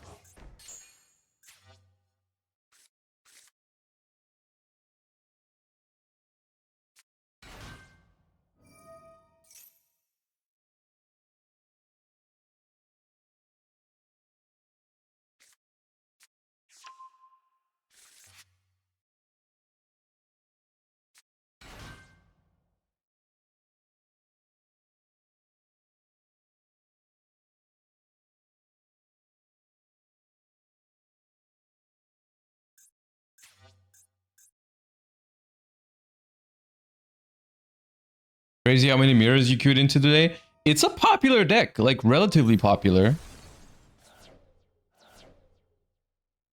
It's gotten more popular since they introduced Fall into Virtuous because people are realizing it's pretty good into the format right now. I think it's got a solid branded matchup and a solid Draco Tail matchup and a solid Cool Tune matchup. It's just good.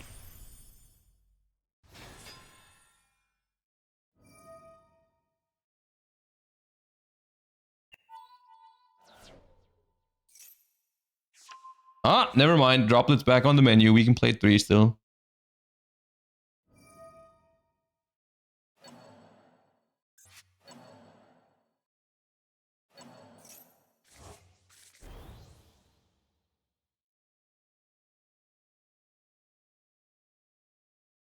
I hate this card so much. They need to stop making hand rips in general. My hand is a sacred place.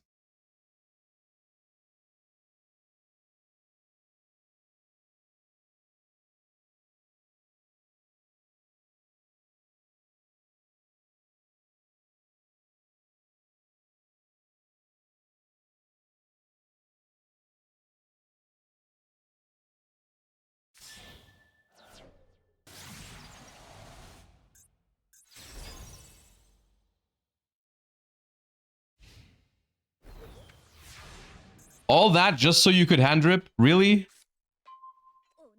This is your end board. This is your end board. Okay.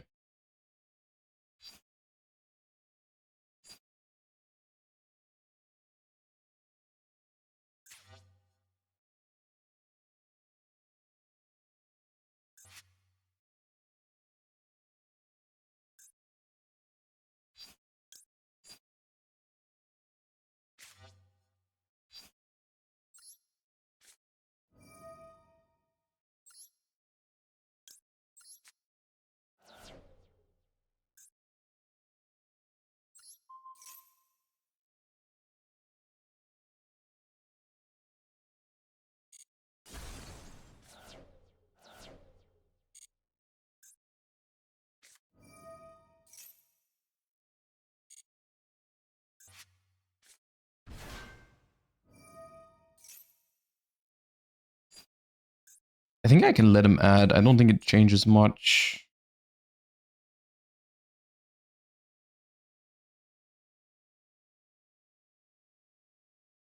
Maybe they have Sheena. I mean, maybe, yeah, but I think if they have Sheena in hand, I probably have a guaranteed way to win here.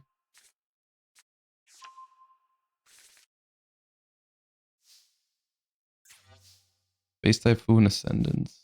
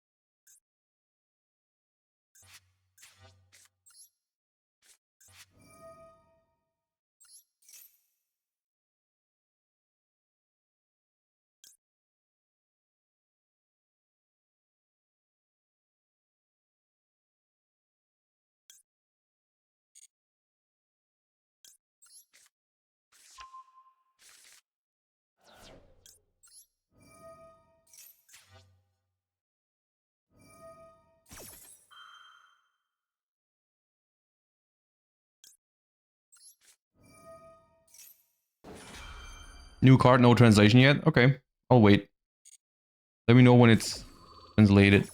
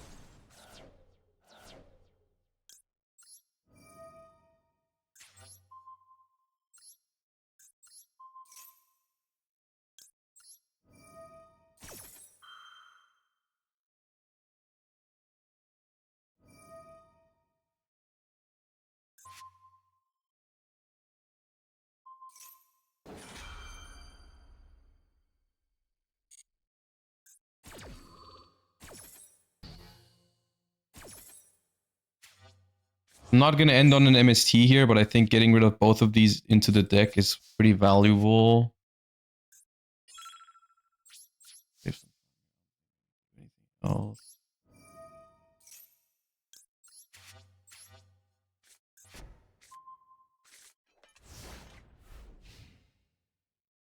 I just forget what they have in hand. There's one unknown, and Multrami Fualos. I mean, yeah, that's one draw maximum. It's fine. Could have been the last card in hand last turn.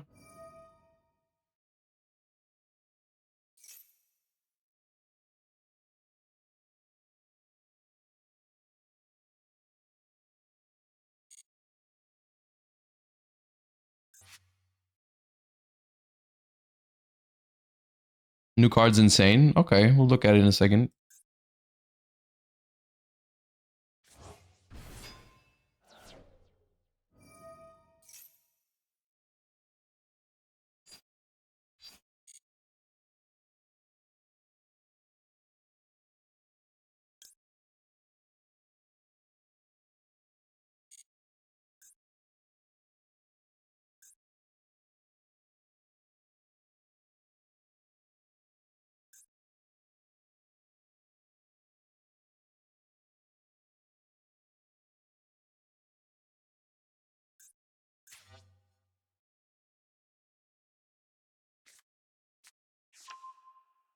The new TrueNet? Yeah, I've seen the new TrueNet.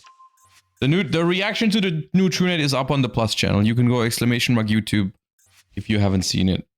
It's in a video together with the new vanilla overframe support card.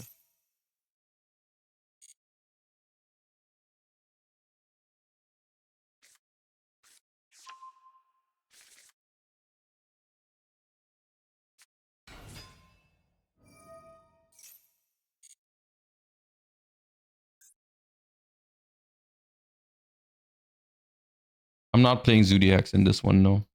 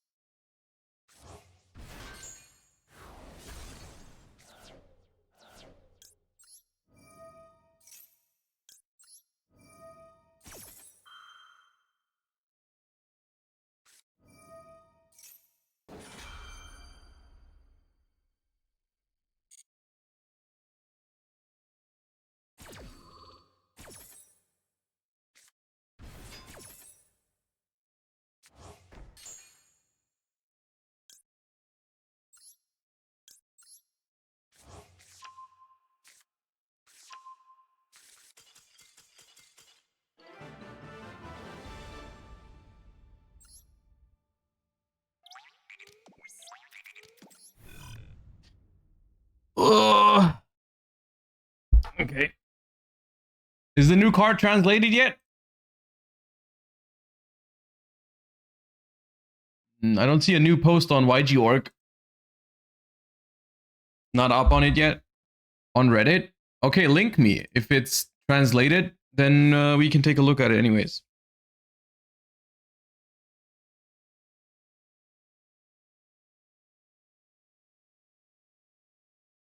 Wait, that card looks sick.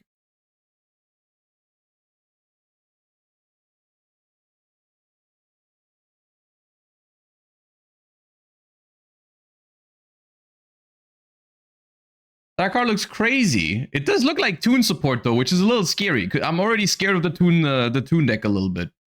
But you guys said it's a generic card. Wait, hold up. Where's the translation? Mind Force. Normal Trap. If your opponent controls 5 or more face-up cards, you can activate this card the turn it is set. Ooh, also this card's activation and effect cannot be negated. Wait, this is like the dream wording for a going second help card that's also usable going first. Hold up. When any of the following occurs, negate the effects of all face-up cards your opponent controls, and if you do, destroy those cards. Also, monsters you control cannot attack directly until the end of the next turn. When the monster your opponent controls with the highest attack declares an attack, when your opponent activates a monster effect that includes an effect to destroy a card on the field, when your opponent activates a monster effect in the hand or field during your turn. Oh. Oh.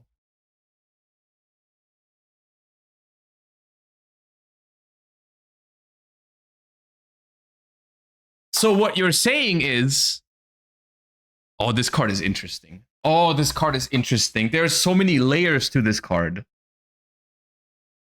There's so many layers to this card. This is awesome. First of all, take the translation with a grain of salt because this card was just released. There's a possibility that one or the other wording is incorrect, but this is a very, very interesting card. Okay, so this is not, it's not going to be like playable in every single format or against every single deck. Because if we think about this, just let's take a step back for a second before we overreact to this, okay? 5 face-up cards is something that is a lot. That is a lot, and a lot of top-tier Yu-Gi-Oh decks at the moment don't actually end on 5 face-up cards. Cool Tune does not have 5 face-up cards. Draco Tail did not have 5 face-up cards. What else is there? Radiant Typhoon doesn't have 5 face-up cards. Like, there's a lot of decks that don't end on 5 face-up cards. Because a lot of the decks these days have, like, layered interruption from the back row and stuff like that. Branded does? No, I don't think it does, no. Branded does not end on 5 face-up cards usually. Branded has like a Quem, Cartesia, Ecclesia, and the rest is face down. Like there's usually not 5 monsters on a branded board. However, this is the kind of card that will punish like combo decks really, really hard, potentially, right? Like this card would have gone incredibly hard during the COVID era of Yu-Gi-Oh, right? And there are examples for this. There are examples. This punishes like the slop decks, you know, the Mitsurugi Yami potentially, right? The whatever, those kind of decks, right? Elf notes and stuff. Here's the thing. This card, there's so much more to this card once we start thinking about it like past the surface level, right? Because this card existing already forces people to play the game differently, right? It kind of has like this Nibiru effect on the game where even if the card isn't even necessarily in your hand or not even necessarily in your deck, it can change how your opponent approaches playing the game when they go first, right? This could force combo decks in the future to end on less monsters than they could, maybe. It may be like how people sometimes play a different line because Nibiru exists. People might play a different line because this card exists, right? They might choose to end on a smaller board with less face-up cards because this card is in the game. Or they might be forced to have like a form of spell trap removal in the game on their end board that they can use if you set a card. Like if you set a card now, any spell, any trap that you draw going second, you can use as a bluff to be Mind Force, right? Maybe it's Mind Force, and there you go. Still going first and still better going first than going second. I highly disagree. This card is not good with, this card is not that good going first, which is ideal, honestly. Because when you go first, this card is just broken when you go. How is this card broken when you go first? Do we have to practice reading right now? Do we have to start? Do we start with the alphabet, or where do we start? Before we doom post about this card. Are you familiar with the letters of the alphabet, Chad? Or like I'm just trying to evaluate how far back we need to start for this explanation. Okay, first of all, when the opponent's monster with the highest attack declares an attack is irrelevant, pretty much. It's going to come up very rarely, but sometimes, you know, but it's easy to play around. You can get rid of it beforehand. It's not that hard. When your opponent activates a monster effect that includes an effect to destroy a card in the field is honestly relatively specific. There's no deck in the format right now that does this without the ability to chain block it. Like you're going to say shit like Murakumo or Cool Tune Mix, Cool Tune Recode, always going to be chain blocked. Not going to be able to respond to that with that. And then the last one, when your opponent activates a monster effect in hand or field during your turn, is completely unusable going first. So literally, this card is unironically pretty bad going first. This is actually, in my opinion, the downside of this card is that when you go first, it is borderline unusable and not good enough. As a result, it's probably only going to see play as a side deck card. That is actually my concern with this card, is that it's only usable going second, really. I think the going first for this card could have been a little bit better even.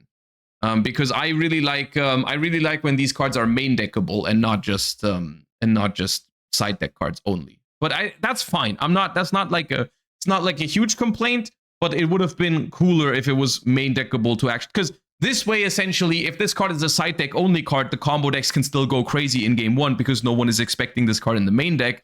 And then you're like, well, you know, I guess I can just do full combo in game one, and then game two I can place like a little smarter about it. But at the same time, like post side, the combo decks can side some other stuff for going first that are gonna make it easier for them too. So, you know.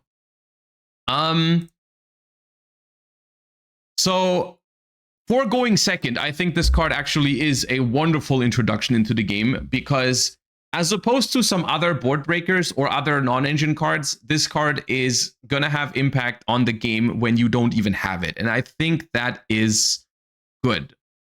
I think that is good because like it's basically one of my favorite comparisons on what I mean by this is comparing cards like Duel and Lockbird to Nibiru. Like both of these cards are technically designed or used to keep combo decks in check right now, even though you can argue at how successfully they do that. But Duel and Lockbird is like a card that doesn't really change how people play the game. Because, I mean, sometimes it makes it so like, oh yeah, I'm going to use my most important search first, or I'm going to use my quick play spell in the draw phase, but that's not really changing how you play. Not in a meaningful way. But the way you play against Duel and Lockbird is usually you just activate your first search, and then you know if it's there or not, right? Cool Tune sometimes plays around it by not activating an effect if they have a good hand, or going Q summoning Rotary, but realistically, they don't really skip on these effects because they still get them all later. It's not really like they're missing out on anything. It's just better because you don't really lose anything from it most of the time. But what I mean is, like, if Droll is not in your opponent's hand, you will know it very quickly, right? You make a search, and then you know whether Droll is there or not, and then you know whether you have to respect it or not, and you can just go full combo anyways, right? Nibiru is different, because Nibiru, you never know if it's there. It could always be looming, and so it changes how people actually structured their combos for a very long time, because Nibiru was a thing. At the moment, it's kind of like declining. It's not as popular anymore, because they just kept making more decks that are good into Nibiru.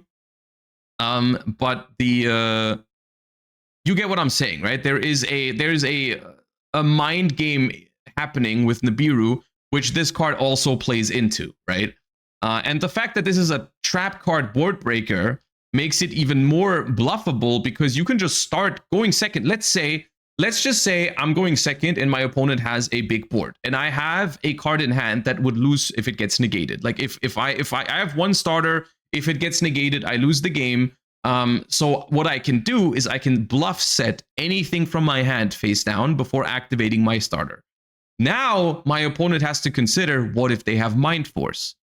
What if they have Mind Force? Can I really afford to Ash this starter, or can I afford to use my RS on this starter, or my Zaylin, or whatever, right? Like, can I, if they have 5 face-up cards, of course. In some of these examples, you know, maybe they don't have 5 cards on the board, but just in theory, against a combo deck, this is a potential very, very interesting card, because now you don't even have to draw this card to win some games, essentially, because your opponent might just be scared that you have Mind Force, and so they're gonna let your starter go through, and then you have a chance at winning the game. And I think that is good. My complaints about this and my doubts about this are the following: 5 or more face-up cards. If we look at the current state of the game, I think this would have been very, very good maybe 4 years ago, maybe 5 years ago, when a lot of decks in the formats did this. Like 5, it doesn't sound that much with, you know, Yu-Gi-Oh! People are always memeing on Yu-Gi-Oh! Of like, oh, everyone summons like 10 negates going first. 5 face-up cards is a lot. That is a lot, and a lot of decks right now, like I said earlier, don't end on that many face-up cards, because most of the time these days, decks have become a little bit more like varied to the point where they can actually end on less, because they have interruptions from hand, they have interruptions face down, they have interruptions from the graveyard. Like, most decks don't actually have 5 face-up cards, except for really, really heavy combo decks. So this, I think, for now is going to be like, if this card existed right now, it would never be a main deck card. It would only be a side deck option that you can use if you're scared of some heavier combo decks in the format, like your Doom Z's, maybe, like your Power Patrons, maybe, like your Elf Nodes, whatever, which is fine by me. I don't think we need a hard counter like this to the quote-unquote fairer decks in the format. You know, I'm pretty happy with the general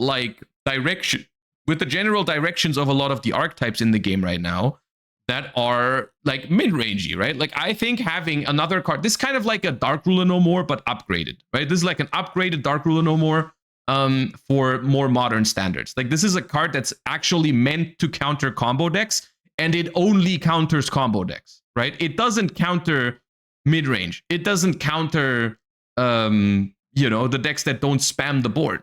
This is basically the dream counter to decks like, I don't know, the Mitsurugi Yami, Vanquish Soul K9, Power Patron Doom Z, Power Patron Archmage, like all the slop decks, basically, right? It's just all the slop decks that this counters. And if this card forces people in the future, to play lower ceiling combos, end on only 4 face-up cards instead of like 10, that's fine.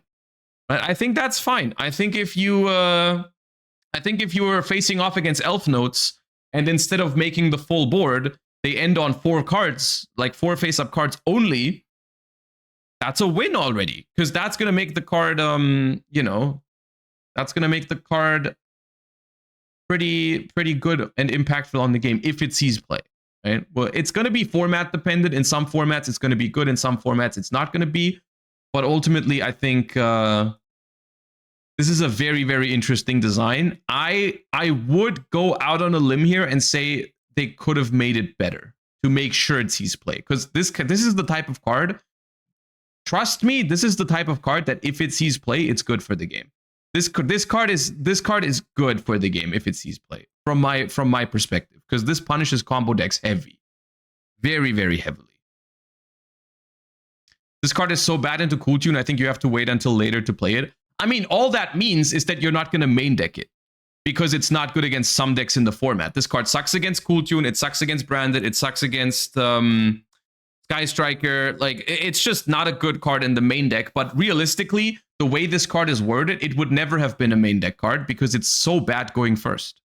It is so bad going first. Like, the only scenario in which this card is actually good going first is if your opponent walks into it by randomly attacking over something, or when your opponent actually has monster effects that destroy cards that they can't chain block. Then it's good going first.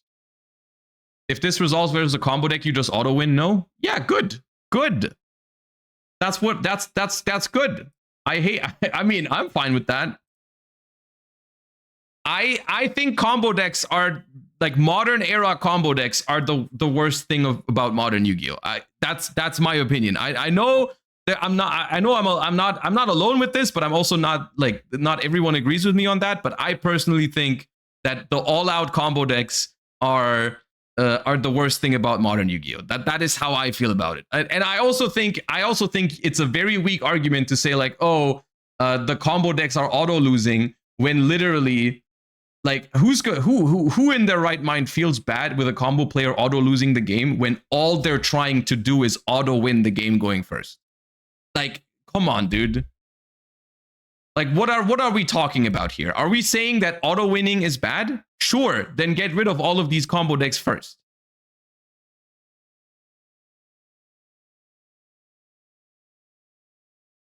Also, you can't kill. Yeah, you cannot kill. You cannot even attack until the end of the next turn. So all that it means is that you're gonna have to play for follow-up. Like, combo players in shambles when they have to consider turn 3 or what? Like, come on, dude. What are we doing here?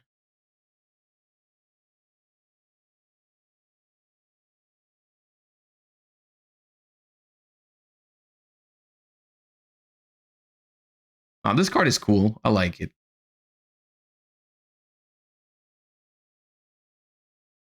You can kill over monsters? Well, okay, yeah, it says cannot detect directly. Sure. But they're not going to have any monsters. It also, and this is also worth pointing out, it only negates all face-up cards and only destroys those cards that it successfully negates.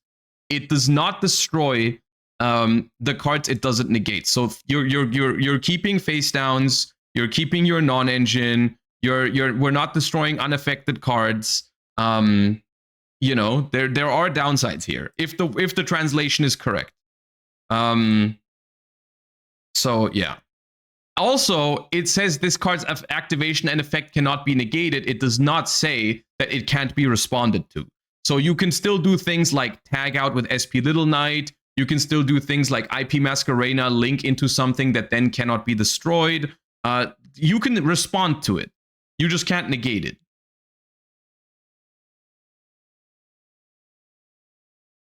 I feel like this card is too weak. I don't know. I'm like, I think it's too early to say that. I really think it's too early to say that because we don't know exactly when this card is going to come out. We don't know what the format is going to look like. We don't know what the environment for the game is going to be when we get this card.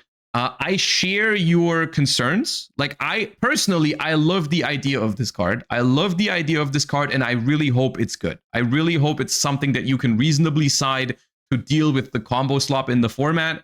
Because right now, like, literally the literal only thing that we have to deal with combo slop in the format is Molcharmi Fualos, which usually gets negated, and we have something like Jolin Lockbird, which is a toxic card that I want out of the game.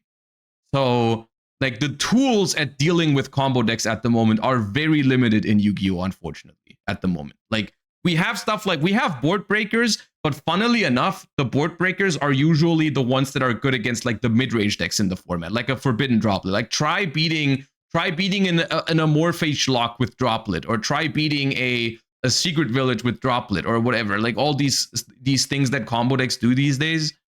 Like, you know, the board breakers usually aren't even good enough against it because usually the board breakers are outdated. We haven't gotten an appropriately like powered board breaker in a long time, and this could be that.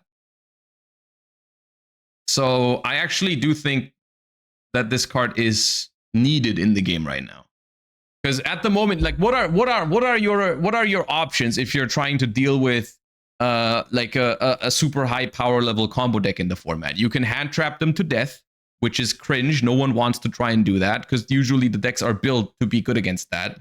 And like, it doesn't feel like you're playing a skillful game of Yu-Gi-Oh. You can use a Molcharmi, which if it resolves is good for you. It forces them to make a half board, and then but usually they have called by, they have ash blossoms, they have crossouts, they side in other stuff. You know, like it's weird.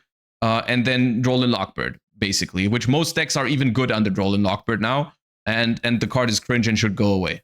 And the other option is board breakers, and the board breakers just don't cut it against the combo decks anymore.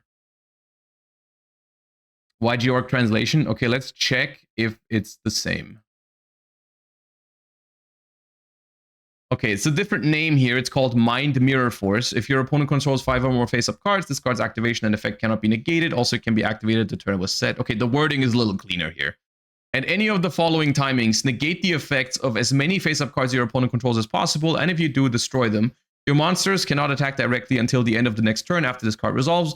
When an opponent's monster with the highest attack attacks, when your opponent activates a monster effect that would destroy a card on the field, or when your opponent activates a monster effect in the hand or field during your turn. Okay, yeah, I mean, yeah.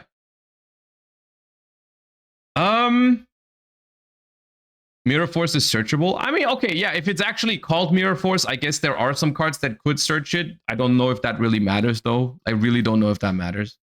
Yeah. I'm just trying to wrap my head around it.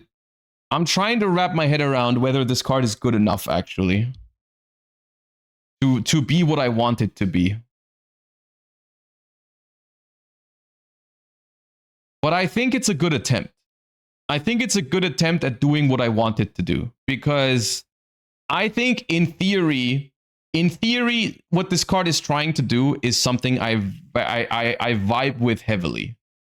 Because it's trying to punish overextension, right? It's not trying to punish people who are making mid-rangey boards. It's trying to specifically target overextension, which I think is good. That is very, very good. 5 face-up cards is a lot. There is play around potential for that. But I think if my opponent specifically ends on 4 face-up cards, makes a weaker board because this card exists, I think the card has already done its job. I think that's fine. Yeah. No, I like it, and I really hope it's good enough. I really hope it can see play.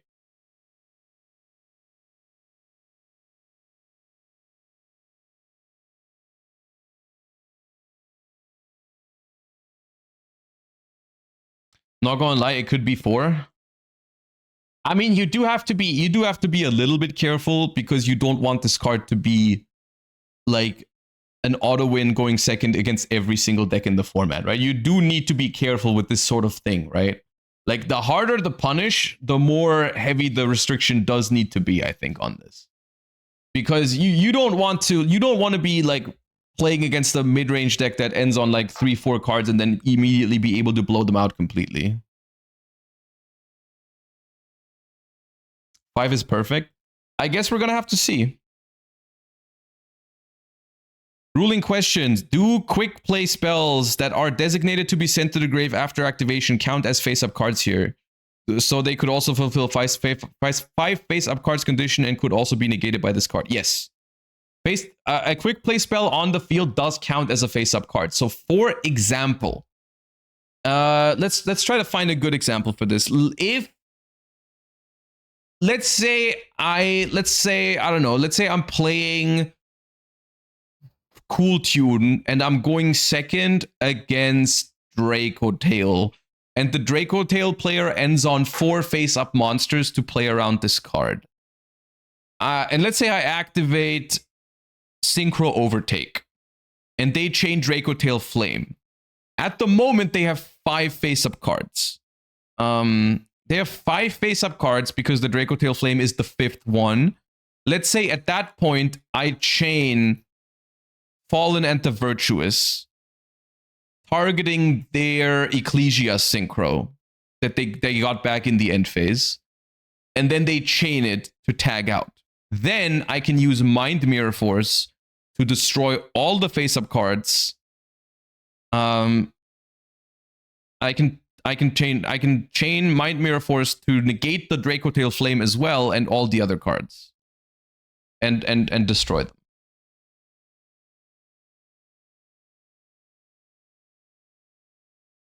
Does flame work here because the destruction is optional? Flame, first of all, okay, there's so much wrong with this. Flame doesn't destroy, and this card can't even respond to trap cards. It's not about the flame. You're not responding to the flame. You're responding to a monster effect on in hand or field. That's why I'm saying like you chain something else and that forces a monster effect.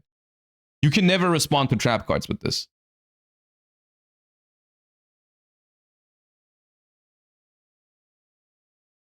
But the question, I know what you're asking still, because this card has different wordings depending on where we look for the translation, right? Because here it says, when your opponent activates a monster effect that includes an effect to destroy a card on the field. And here it says, when your opponent activates a monster effect that would destroy a card on the field. An example here is Urgula, for example. If your opponent activates an Urgula in the graveyard, can you activate this card or not? That depends on the exact wording. With this wording, you wouldn't be able to, because the destruction on Urgula is optional. In this wording, you would be able to. So this is something I cannot tell you because I can't read Japanese. I don't know what the correct translation is. We're going to have to wait and see for the specifics of this, on whether it's going to be able to negate or respond to cards that are optional destruction.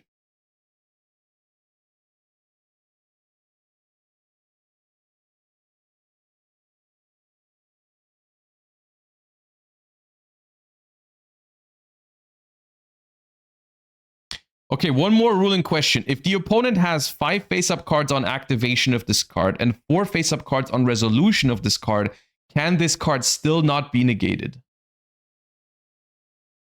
Oh, that's a good question. That is a good question. Because let's say, what's a good example of this? Let's say my opponent, let's just use a hypothetical example here to explain it. Let's say Baron the Fleur is on the field. It's just the first Omni Negate I can think of. Let's say you activate Might Mirror Force. They chain Baron the Fleur on it, and then they chain Phimena in hand, which will put them down to less cards because they're fusing away their board. Can they still negate it? I mean, it's the way it's worded, I would think it can be negated in this case. The way it's worded, I would think it can be negated.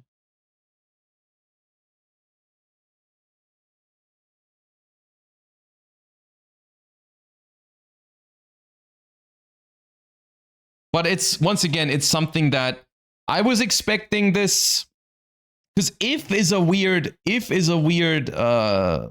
thing to put here, I guess. If your opponent controls 5 or more face-up cards, this card activation and effect cannot be negated. Also, it can be activated the turn was set.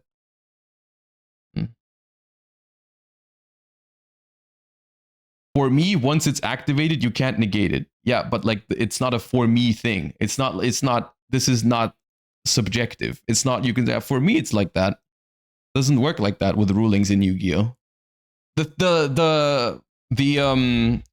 The unfortunate truth is I'm not going to be able to give you an answer on it right now, because I think we have to wait for the exact wording when this card comes out. Or like, because even YG Organization has had translation problems in the past sometimes. An if can turn into a when. When your opponent activates a monster effect that would destroy can change to that includes an effect to destroy. That's not guaranteed. Always take it with a grain of salt. And the realistic answer is this is something that I don't know if we even have a precedence for this. But if this card says, for example, while your opponent controls 5 or more face-up cards, this card's activation and effect cannot be negated. I think you can still attempt to negate it. That we agree on, right? Because just because a card says it can't be negated, you can still attempt to, right? You can still attempt to use a card that would negate it, even if the card is going to be immune to it. So you can attempt to chain Baron to it, right? It's like when a card is unaffected, you can still try to negate it, and then you can chain something else that makes it lose its unaffected status, and then it can be negated. That can happen, right? I'm not sure. What's an example of that? Like if what's a card that's only sometimes unaffected? Like while something else is the case. Dragon that devours the dogma. Yes, Dragon that devours the dogma is a good example because that's currently being used, right? Currently, you have an Ecclesia in the graveyard, so the Dragon that devours the dogma is 3,500 and unaffected. Your opponent goes, I don't know, activate Widow Anchor on it. They can do that. You say okay to it, and then they chain Shark Cannon to banish your Ecclesia. That does work, right? The chain resolves backwards, the Shark Cannon banishes the Ecclesia, and then the Dogma loses its unaffected status, and then you can negate and take it. So this card could work in a similar way, to the point where it's only immune to negation while your opponent has 5 or more face-up cards. So if they have a way to reduce their board down, they might be able to stop it. Here's the thing, though. Even if that is the case, and remember, this is hypothetical because we don't know exactly how this card is going to work because we need confirmation on that. Even if that is the case, that only means that your opponent needs to still respect it and play around it and still lose potentially a lot of cards if you use it, right? Let's say you activate it and your opponent literally has to waste a negate on it and they have to reduce the cards on their board. So they have to like waste, in the example I gave you earlier, they have to waste the Baron, they have to waste the Fimena, and they have to fuse a couple of cards away from their board to reduce the number of cards down. Still not a bad card in that example, right? But we still need to know, we still need to wait until we can see exactly how the card works. Okay. Long story short, I think this card is very interesting. I love the idea behind it. Personally, I'm crossing my fingers and I'm hoping that the card delivers in practice, because so far all we can do is theory. We can only talk about what this card is supposed to do. The question is it actually going to do this? Is it actually going to be used as a counter to combo decks? Is it going to force combo players to play in different ways? That is something that's up for debate. We're going to have to wait and see for that. I don't know.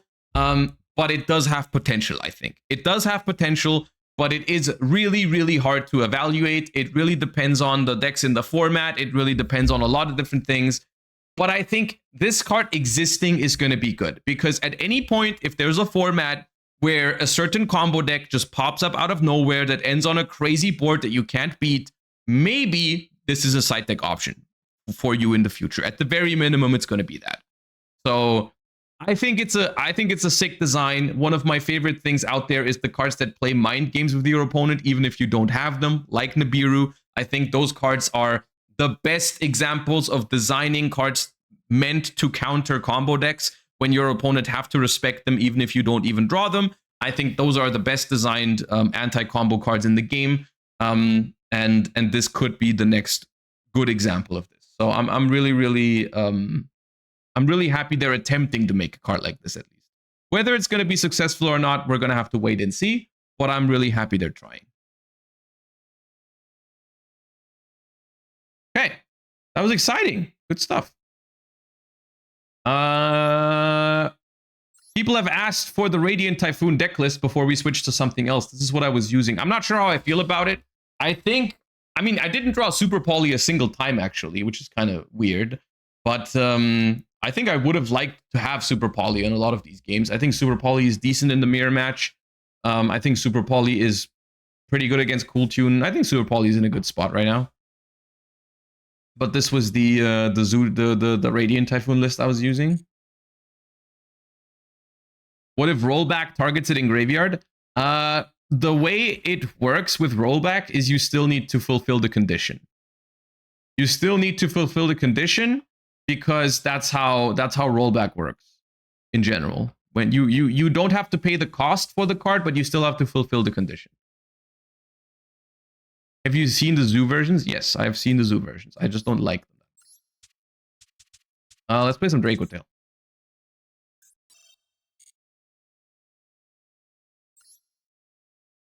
Did we do the tier list yet? No. Not yet.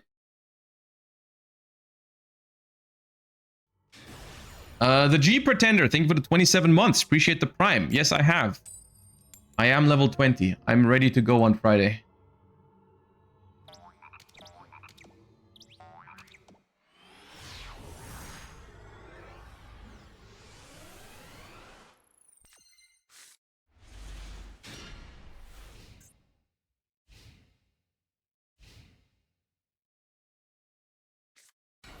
Double Ash Blossom going second. What can go wrong?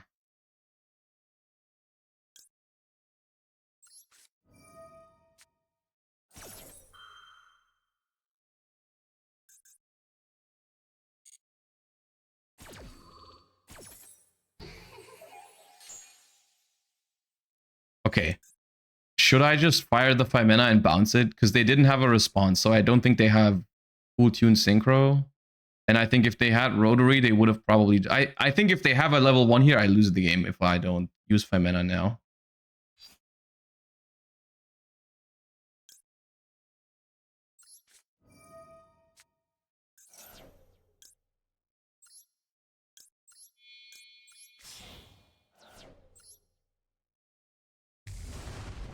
I don't know if this is correct or not. This could backfire for sure.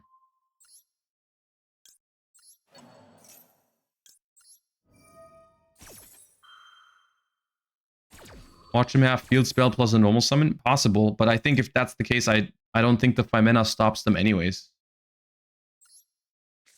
I mean, actually, yeah, no. If they go field spell next, they would just tribute the Q and play with that. Field spell alone would already do it.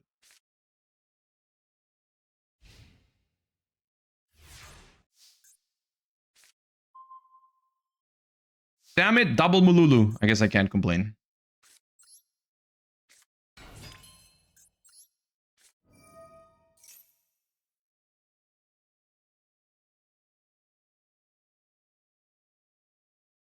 They gotta have a bunch of hand traps, yeah. They gotta have a bunch of hand traps. The good thing is that Ash Blossom is the only one that stops Ketu and Branded Fusion except for the Psy Frame.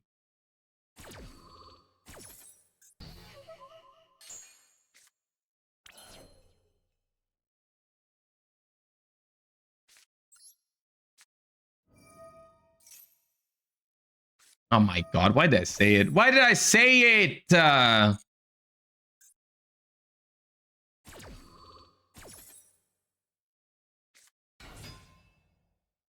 From hand. I lose to Veiler now.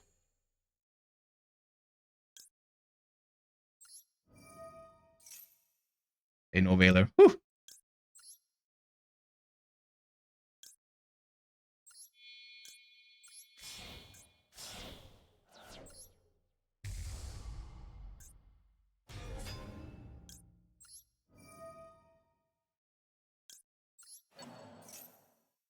Let us respect the Ghost Bell.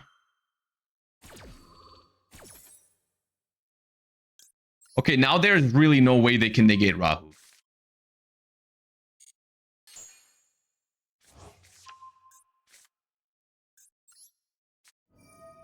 Unless...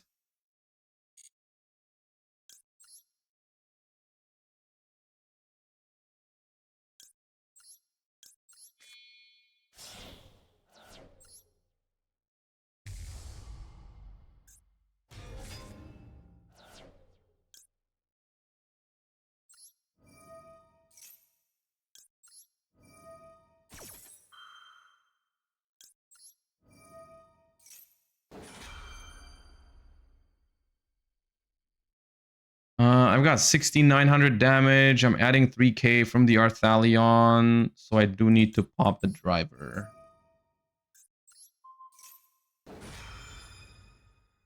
Pan here wasn't OTK. This is game either way. I don't need Pan for it to be OTK.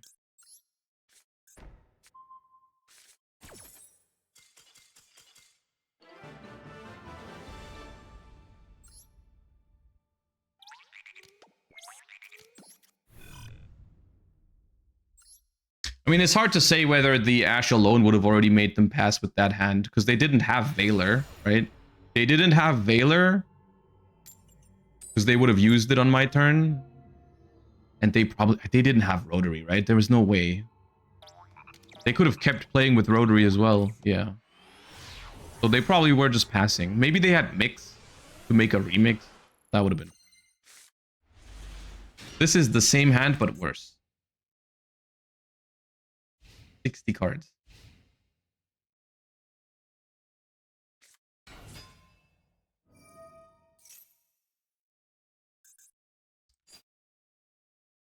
Dude.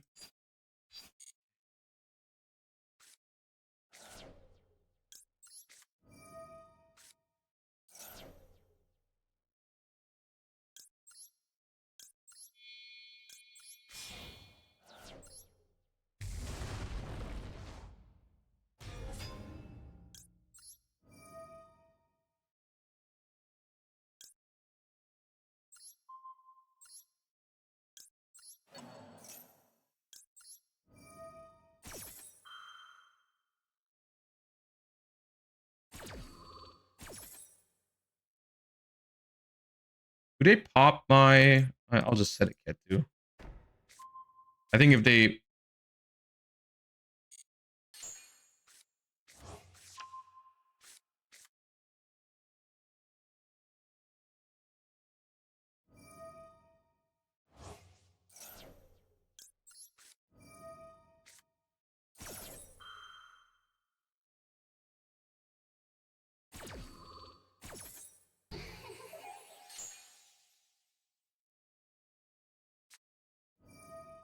Oh, God, dude. Toilet break.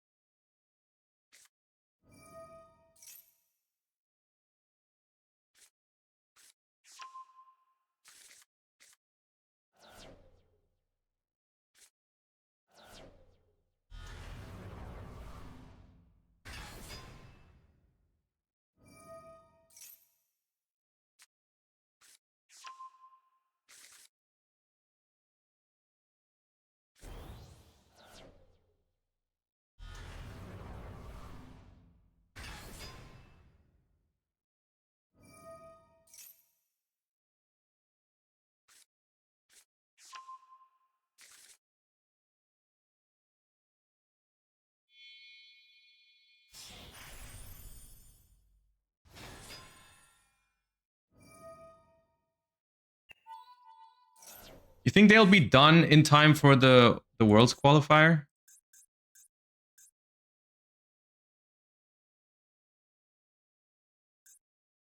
I think I've seen enough. I mean, you can keep going. You don't need me for this anyways. Just play with yourself.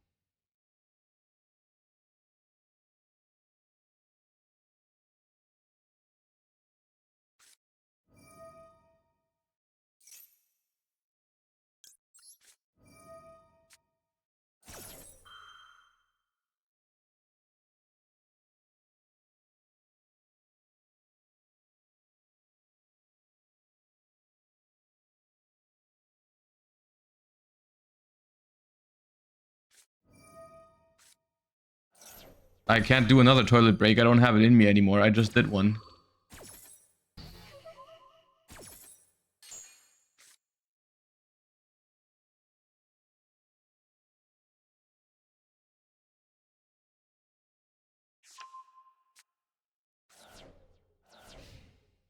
Cigarette break? Dude, it's games like these that... Like, when they ash my Fuwa, I wish I was smoking sometimes. But I don't. It's not good for you. Don't do it.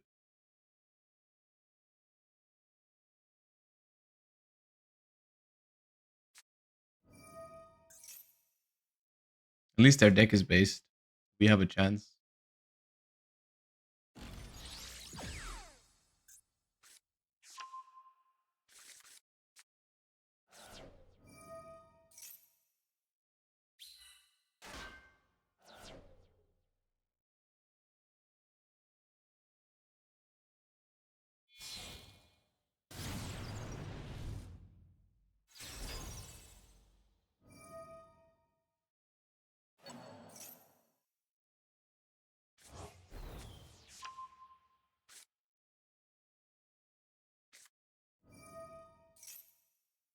I am pretty happy they negated my Fuwa because I think with their hand it's probably not correct. The Ash would have been better on my turn probably, but I mean maybe they just have a second one and then it's easy decision.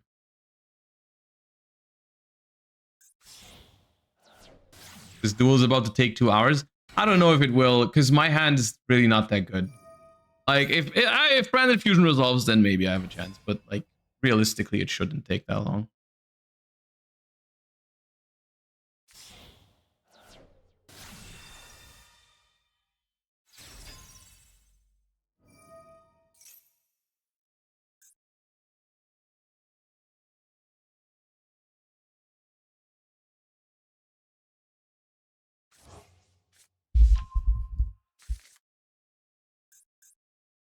They went for Lemnis Gate, which is already scary. But these kind of hands are exactly the reason why I'm like scared to play Draco Tail. Like the traps just kind of ruin the vibe for me.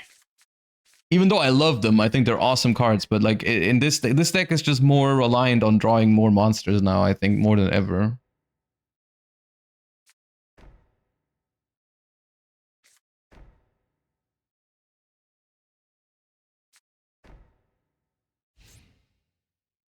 Okay, it's doable. That helps. It's a good hand. I can't really complain about it.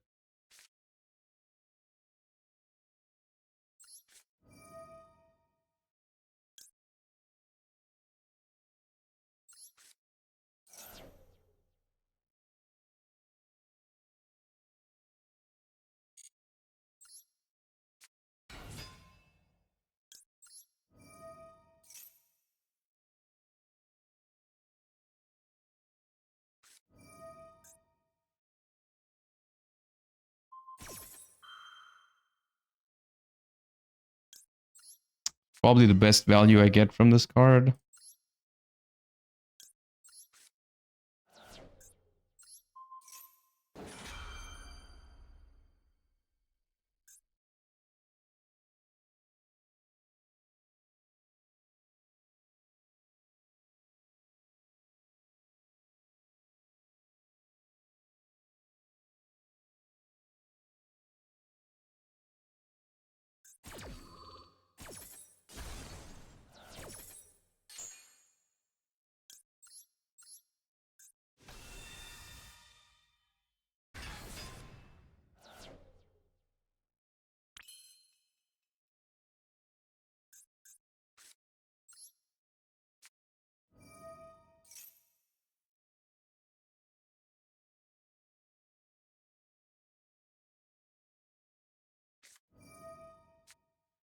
It is quite literally the bane of my existence.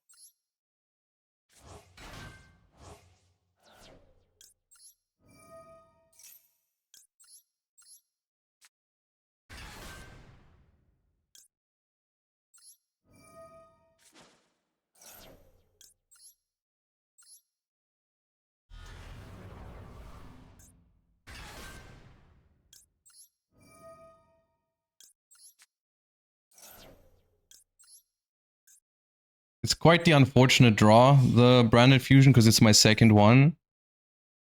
And otherwise I could have searched it with Albalinatus here in the end phase, but now I cannot.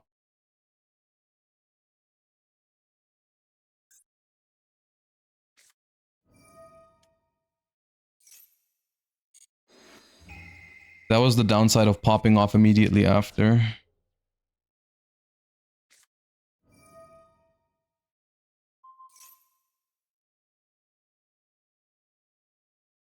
Is Typhon live?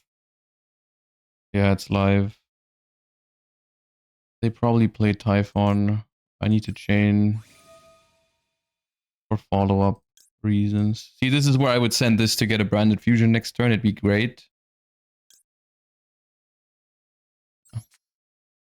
This is like the Draco Tail Flame was good, but I still wish I was playing branded here. I think I would be winning. And now I'm not if they have a engine card.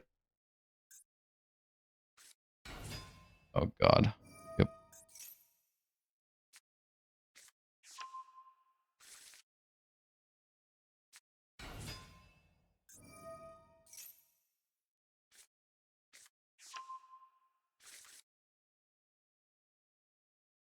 Pretty rough talents.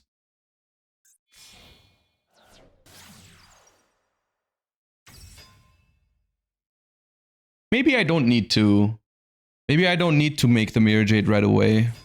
Oh, they have raid 2. Okay.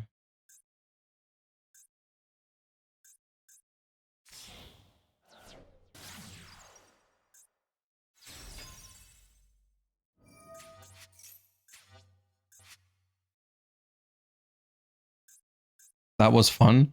I think it would have been more fun if they didn't have double Ash Blossom. But that's just me, I guess. Because ultimately it does feel like there was just an illusion of game here to be played when my most important cards just get negated anyways.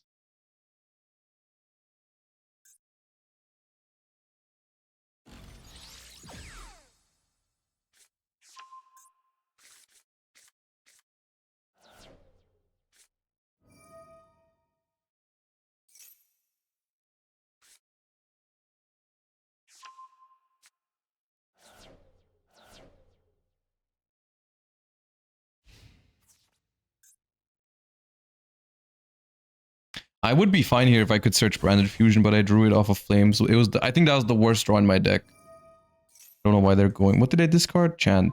Okay. Shizuku. Oh, they have Shark Cannon back in the deck. That's not good for me.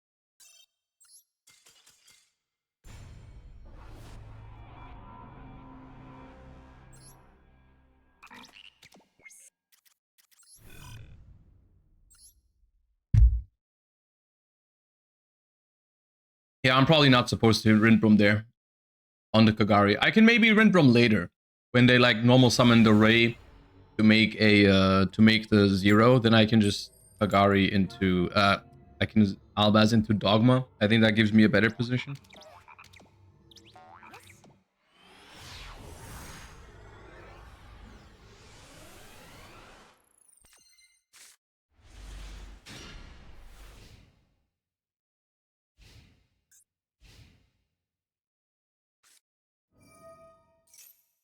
Is branded runic any good? No, not really.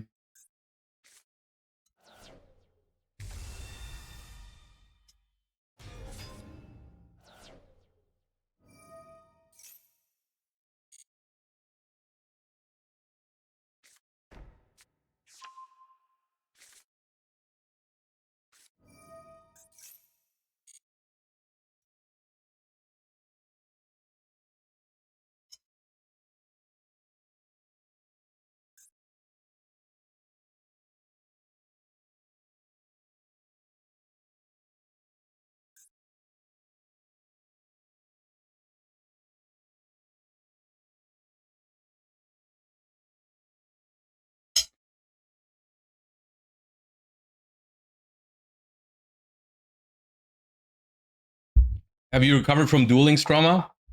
I mean, I didn't get any trauma for it. I had a good time.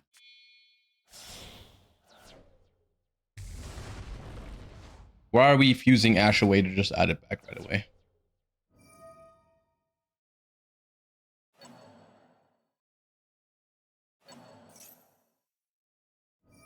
Wait, we're not adding it back right away? Okay.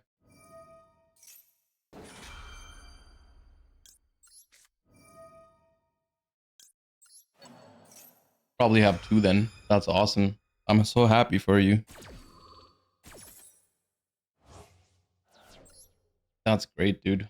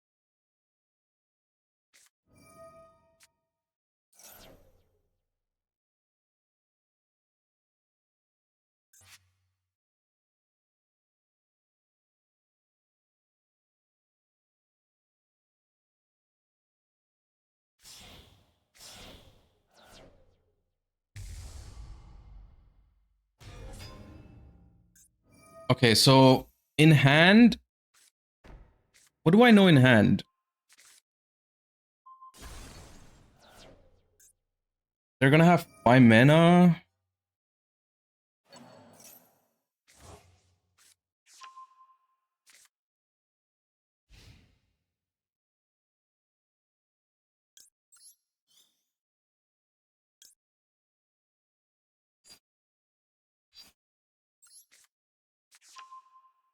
Probably Ash, yeah. Brixel.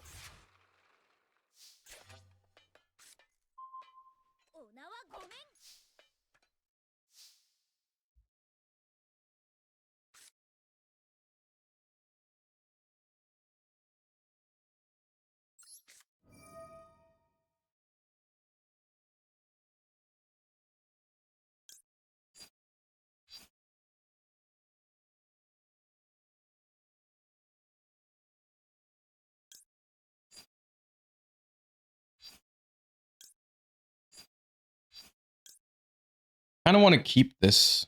Eh.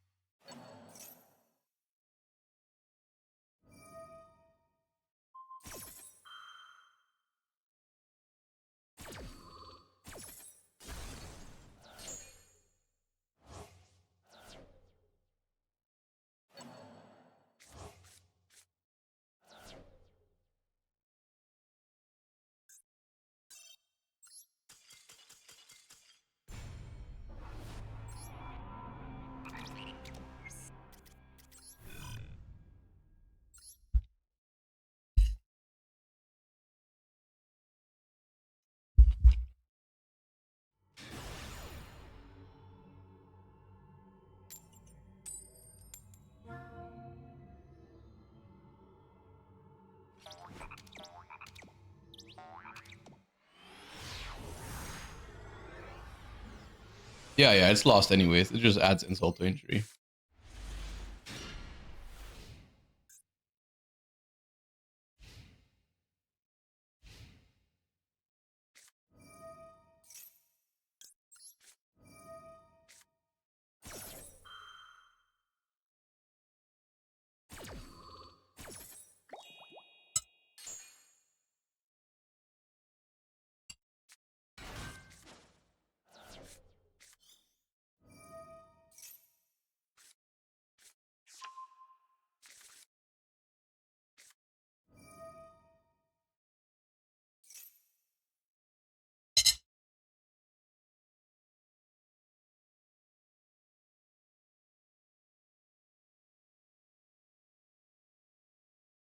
I just hate how every single hand has one dead card at least with the traps.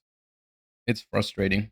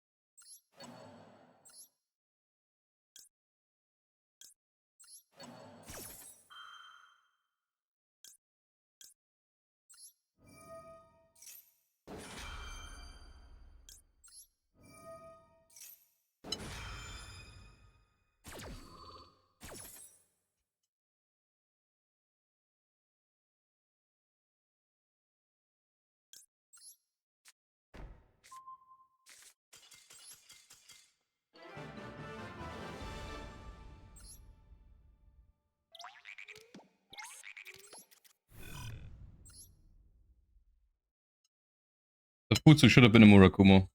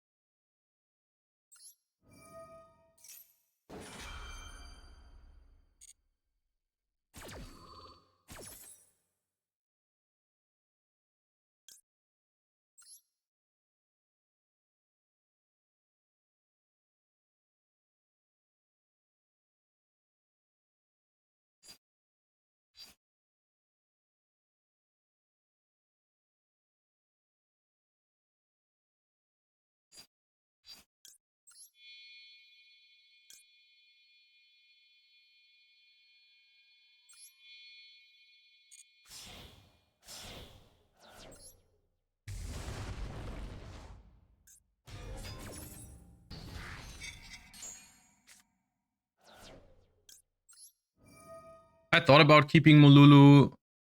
Yeah, you could keep Mululu.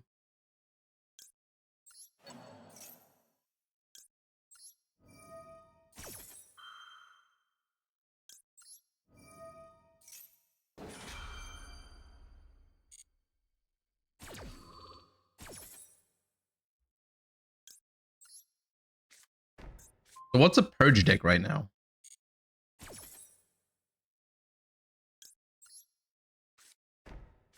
Yummy?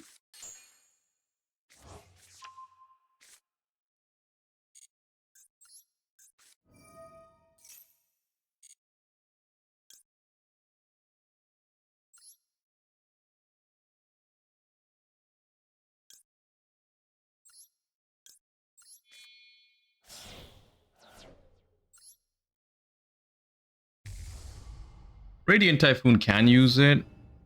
Cool Tunes use it? Really? I think I've seen lists with Dominus cards, but I just never really thought it was good.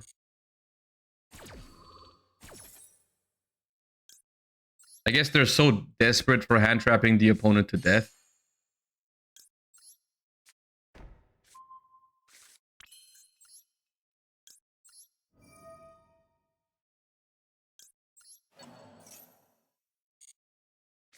It's OCG tech.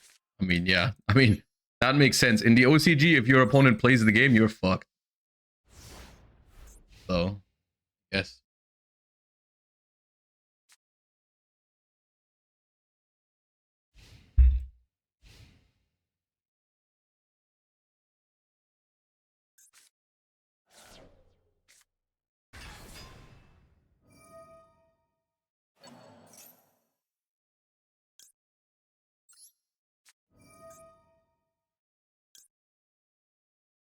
Wait, this is the target, right? Yeah.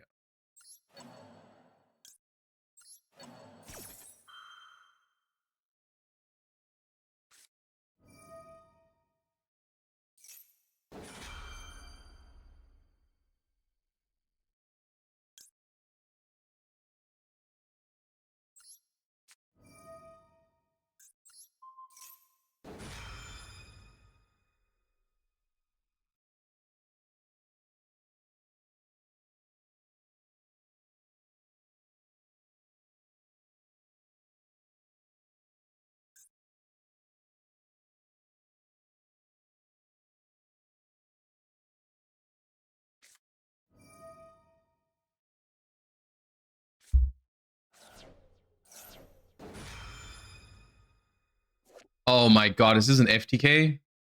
Probably was, right?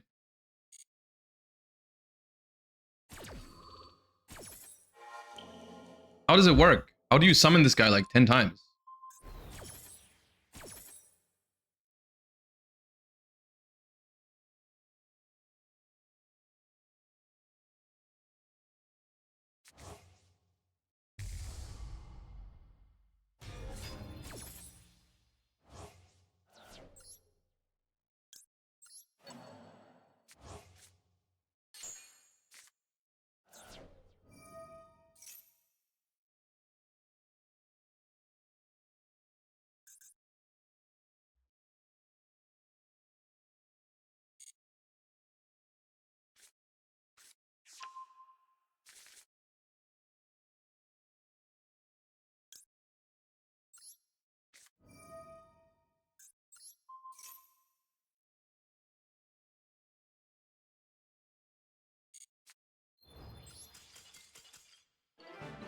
I wish I could check that deck out because I've never seen that FTK. And like, what other reason could there be for that card to be in the deck? Like, there's no way it's not for an FTK purpose, right? What else would it be?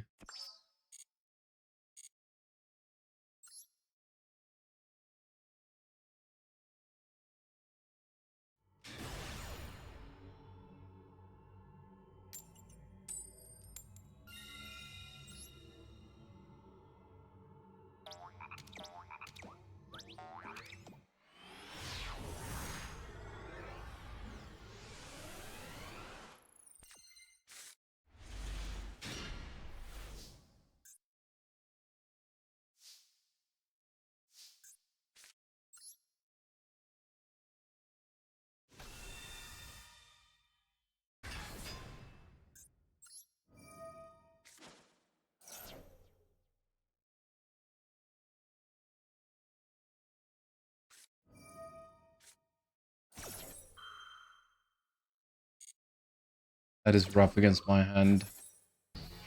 I mean, I can still play, but it's really annoying.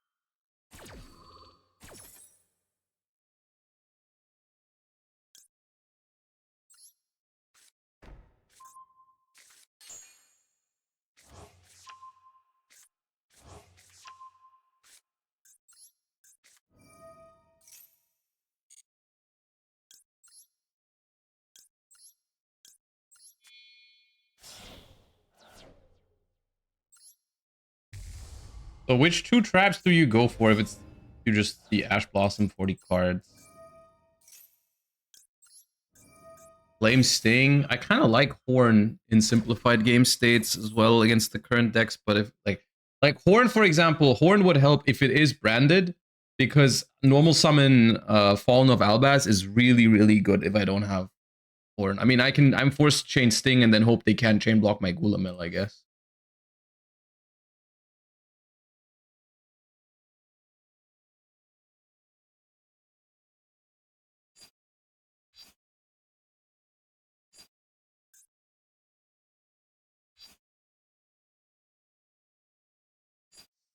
Horn Sting, maybe?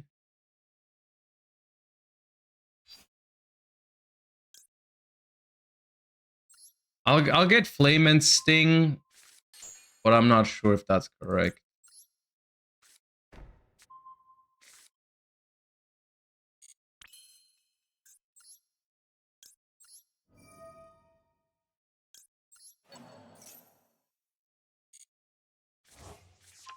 Maybe Ketu to get a Draco Tail guaranteed. Have you tried a list similar to Jesse's? What, more branded cards? No, I haven't. But it, I mean, I just, yeah, maybe.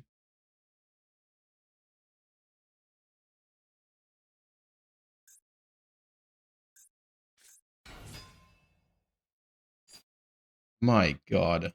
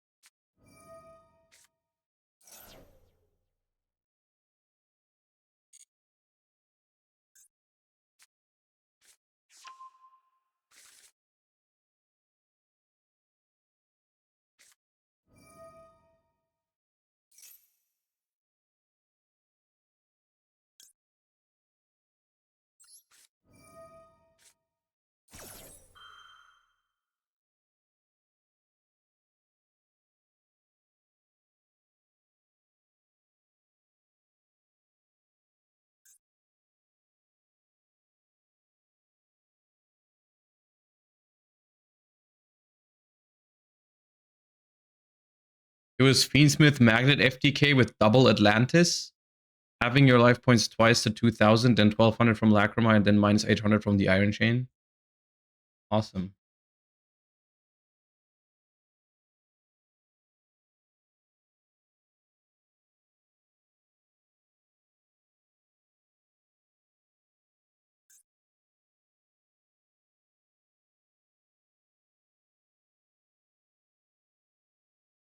POV, you refuse to ban Curious and Block Dragon, dude.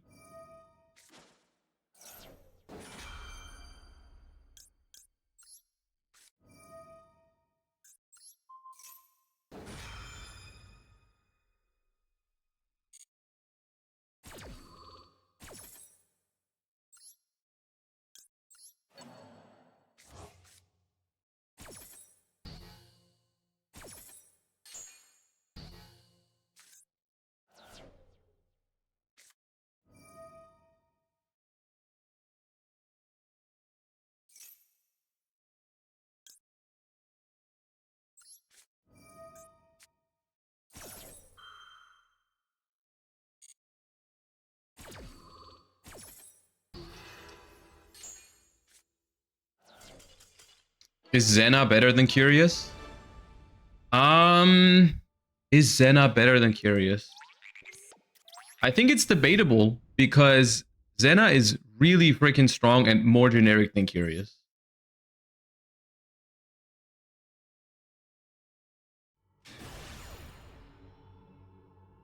Zena can send from extra deck, but Curious can also send spell traps and mills 3 more cards after.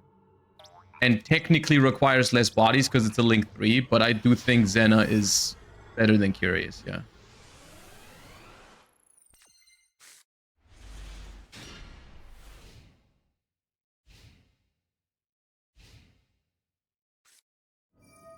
Oh. It's your time to shine, Belle.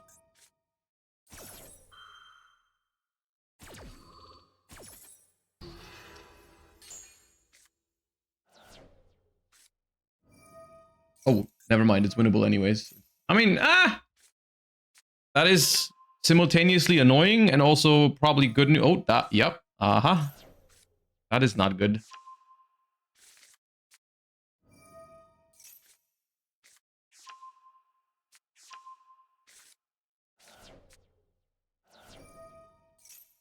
Honestly, I miss Voiceless Voice. Dude, that's crazy you say that. Because I think, I'm like 99.9% sure on that you are the only person who's uttered those words so far. In the universe. That is truly something special.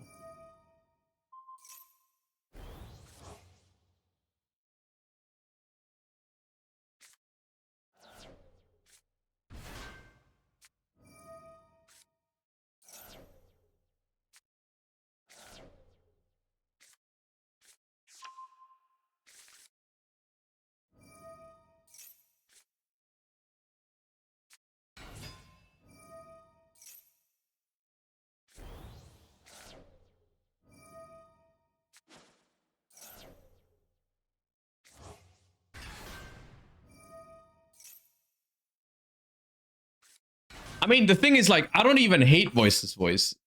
Maybe that sounded like I hated Voiceless Voice, but I don't. I just don't think it's interesting. I think it's a crazy deck to pick. Like when you say, oh, I missed that. Like it wasn't that problematic or it wasn't too strong or anything like that. I'm not complaining about it like that. It's just that I think it's crazy to say that because like what is this deck? What's special about this deck?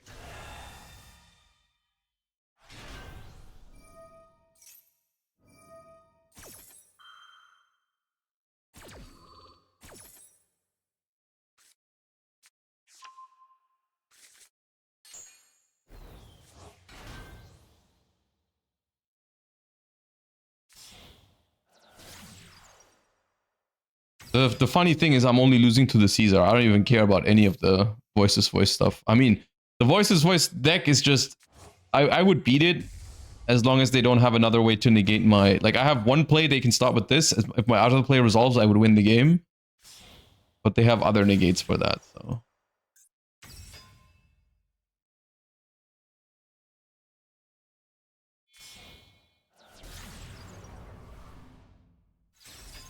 Wait, they're not making Caesar. Are they? Bro, you spent all your money on the... I feel bad for you, honestly. You spent all your money on royals that I would never royal. Except for the Fiendsmith ones, those are based.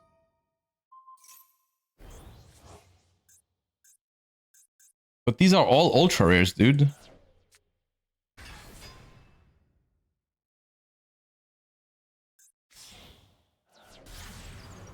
What is even happening, man?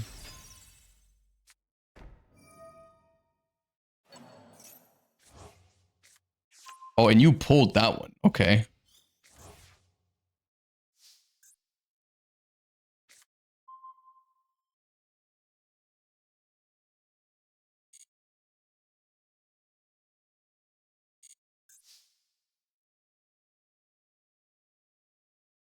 Cannot target light monsters with card effects. That does include Magnum Day. Array.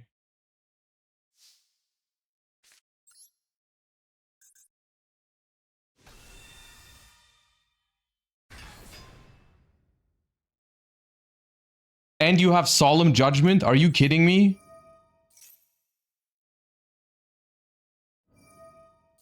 Your deck doesn't win hard enough yet? You need Solemn Judgment?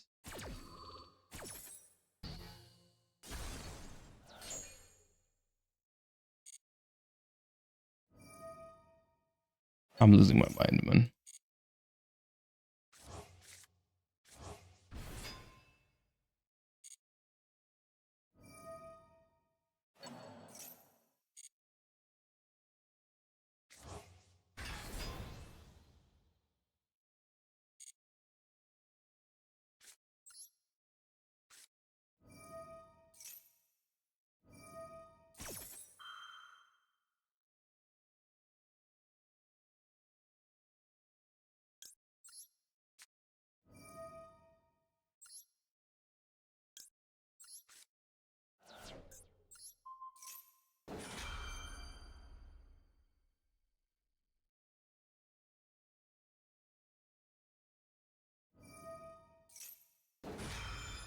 Wait, so it's not Solemn Judgment. It's what? Solemn Warning?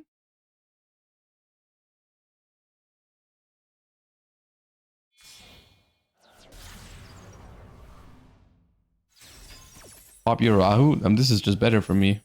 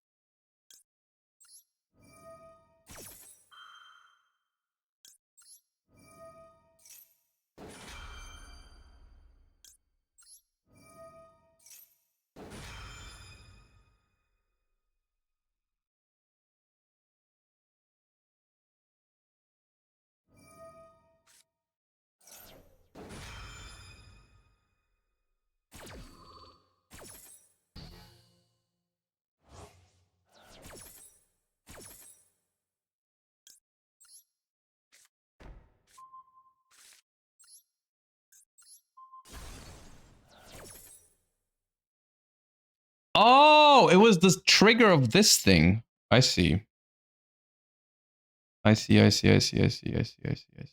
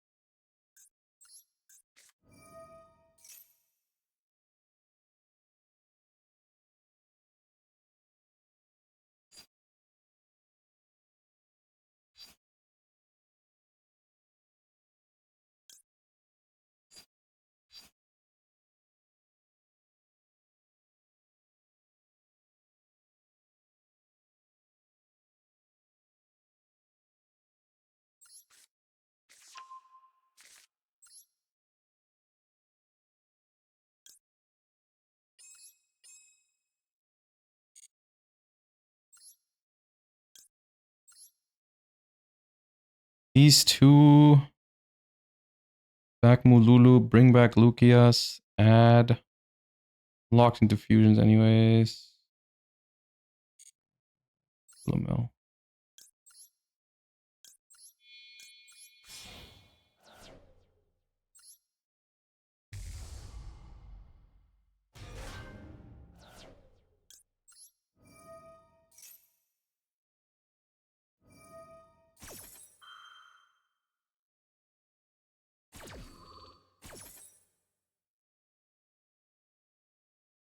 It's funny we still win. I don't know if we're winning right now. I really don't know. I actually don't really... I mean, maybe.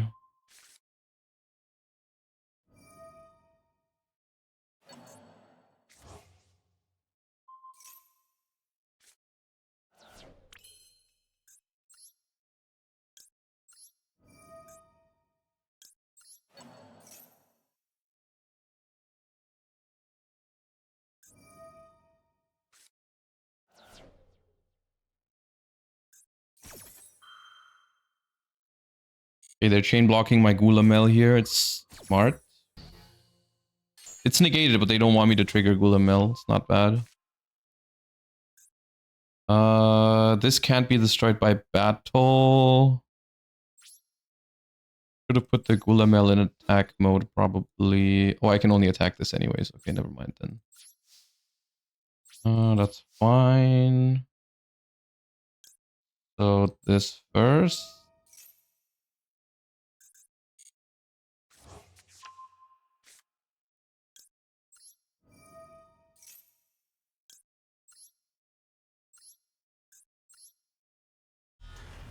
A bow draws a lot of cards. It's negated.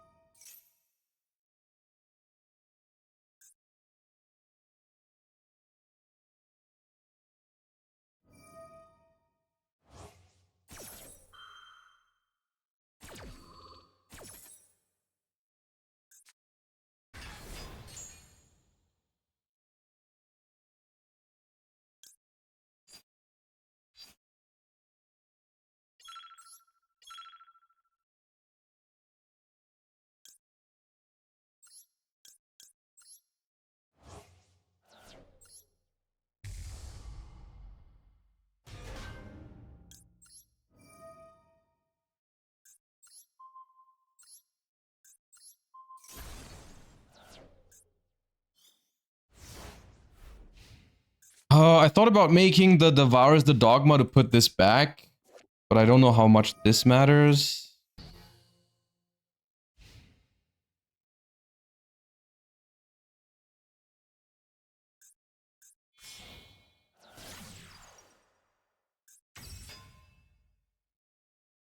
Yeah, they just link it off.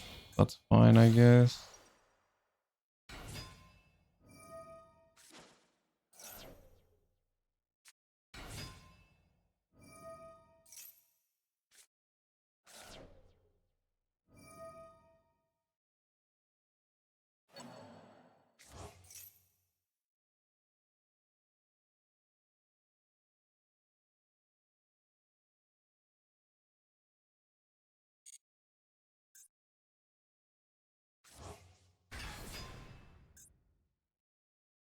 I'm holding Bell for sequence.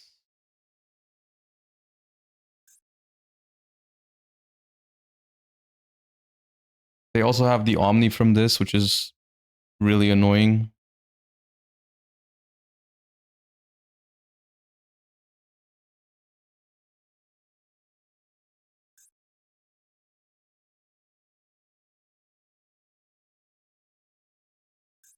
Maybe it was Mirror Jade. Maybe it was Mirror Jade in the end phase instead of these two. Just Mirror Jade away the... But then I leave the Soravis there as well. Maybe Devour fuse with 2? I'm not sure.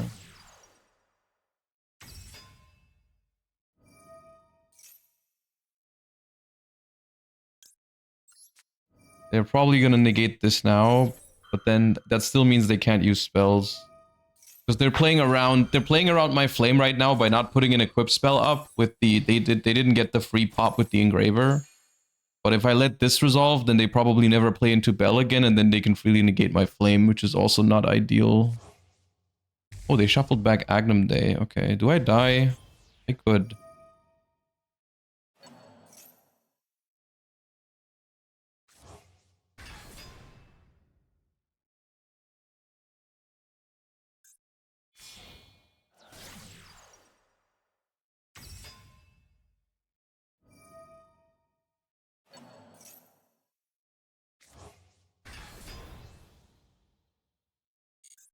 Yeah, now the Desiree negate is online.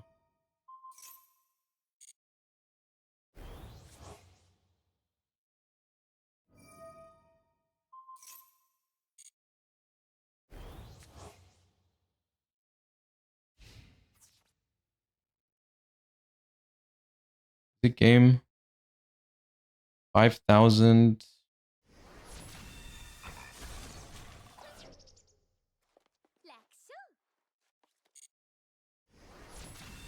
No, it's not game. Barely not, even with the Lacrima burn.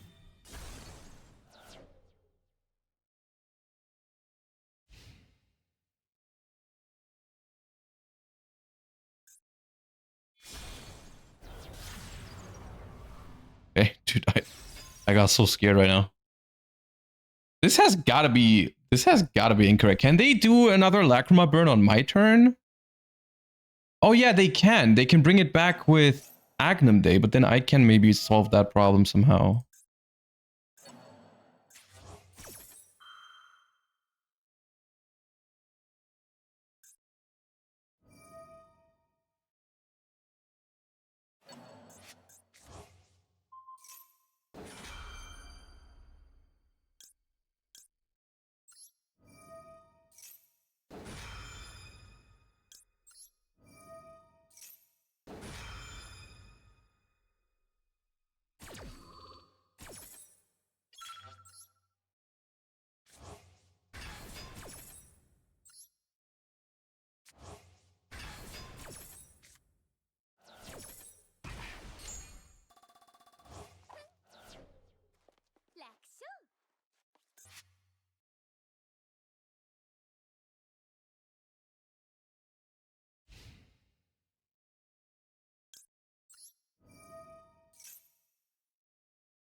They should chain this. It's a free kill on one of these two because they don't come back.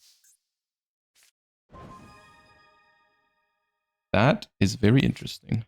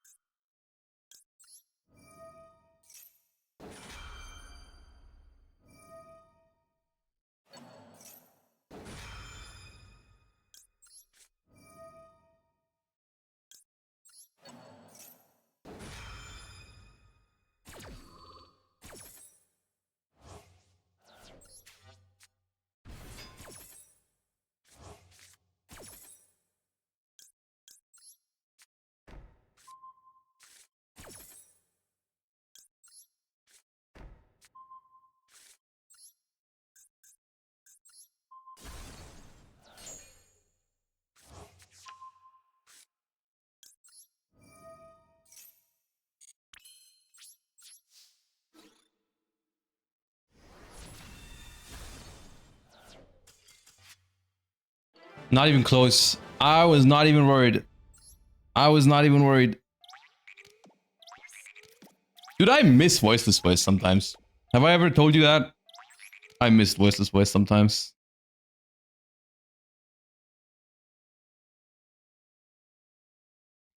Oh, God.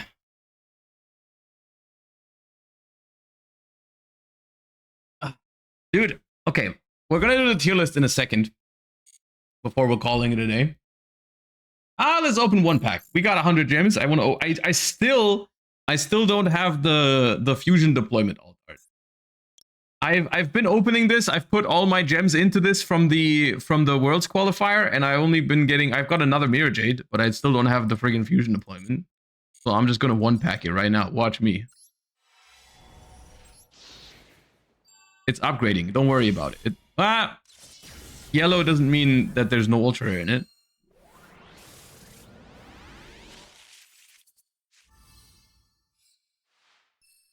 You know what? That's also kind of cool.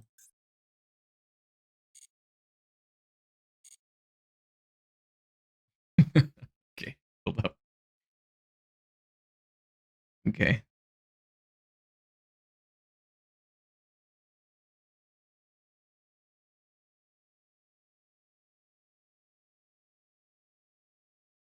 All right, duelists. It is that time of the year again. We are doing a Master Duel tier list. The Worlds qualifier is upon us, and I actually do think that the current Master Duel format is quite interesting. It's honestly one of the most promising Master Duel formats we've had, maybe ever, probably ever. And I wanna talk about it a little bit, give you some perspective on the current Master Duel format, what I think of certain decks. As always, you know, the format is still relatively young. I've tried basically all the decks on this list at some point, but some to, of course, more extent than others. Just wanna caveat that. But yeah, the categories we're gonna use today is the absolute best decks in the game, which are, well, the best decks in the game, and then decks that are just good, decks that are all right, then decks that are more roguish, and then decks that you can play, but you would be playing for fun if you are playing those in the Worlds qualifier. But yeah. And then, as always, there is a little bit more nuance than just these five categories, but we need to. We'll just talk about that when we get there for these individual decks, and we'll also touch on some individual versions and stuff like that once we get to the individual archetypes. Okay. These are not sorted in any way, so let's just start with some of the more obvious ones in the current format. I do think Cool Tune has established itself as one of the best decks in the format, and I do say one of the best decks in the format, and I do mean that. I don't think the Master Duel right now is in a situation where Cool Tune is like by far the most dominant deck or anything like that, but it is one of the best decks for this upcoming Duelist Cup, and it does have some advantages, which we're going to talk about in a second when we get to some of these other decks. But of course, Cool Tune is quote-unquote like the hand trap deck in the format. There's a lot of decks around actually right now that are not very hand trap heavy, but if you do want to go for hand traps, then Cool Tune is by far your best bet. It does have some weaknesses in Master Duel as opposed to the TCG and OCG. There's no Fedralis Harmonia. That is somewhat of a big deal because Fedralis Harmonia is, of course, a phenomenal card. But there are replacements for it. You can play Ghost Ogre. That card is okay in Master Duel right now. You can play Psyframes. There's ways to replace the Fedralis Harmonia in the deck. And overall, the deck is pretty good, but there are a couple of strong counters in the format, which we are also going to talk about. So yeah, Cool Tune is pretty strong. And there's that. For me personally, Cool Tune is a deck that I think is very, very good in the early stages of the Worlds qualifier. I think I do expect to play a little bit of Cool Tune myself on the Friday, just because you get quick games in on day one, and you don't lose automatically when you lose the coin toss to some of the crazy combo decks in the format, which would be the case if you were playing something like Sky Striker or Branded, which are decks that I also really like. But on day one, I think it's probably better to play something with a little more like consistency and hand traps and stuff like that. And Cool Tune does that the best by far. Speaking of Sky Striker, a lot of you guys are probably waiting for my opinion on Sky Striker, so we might as well get it out in the beginning.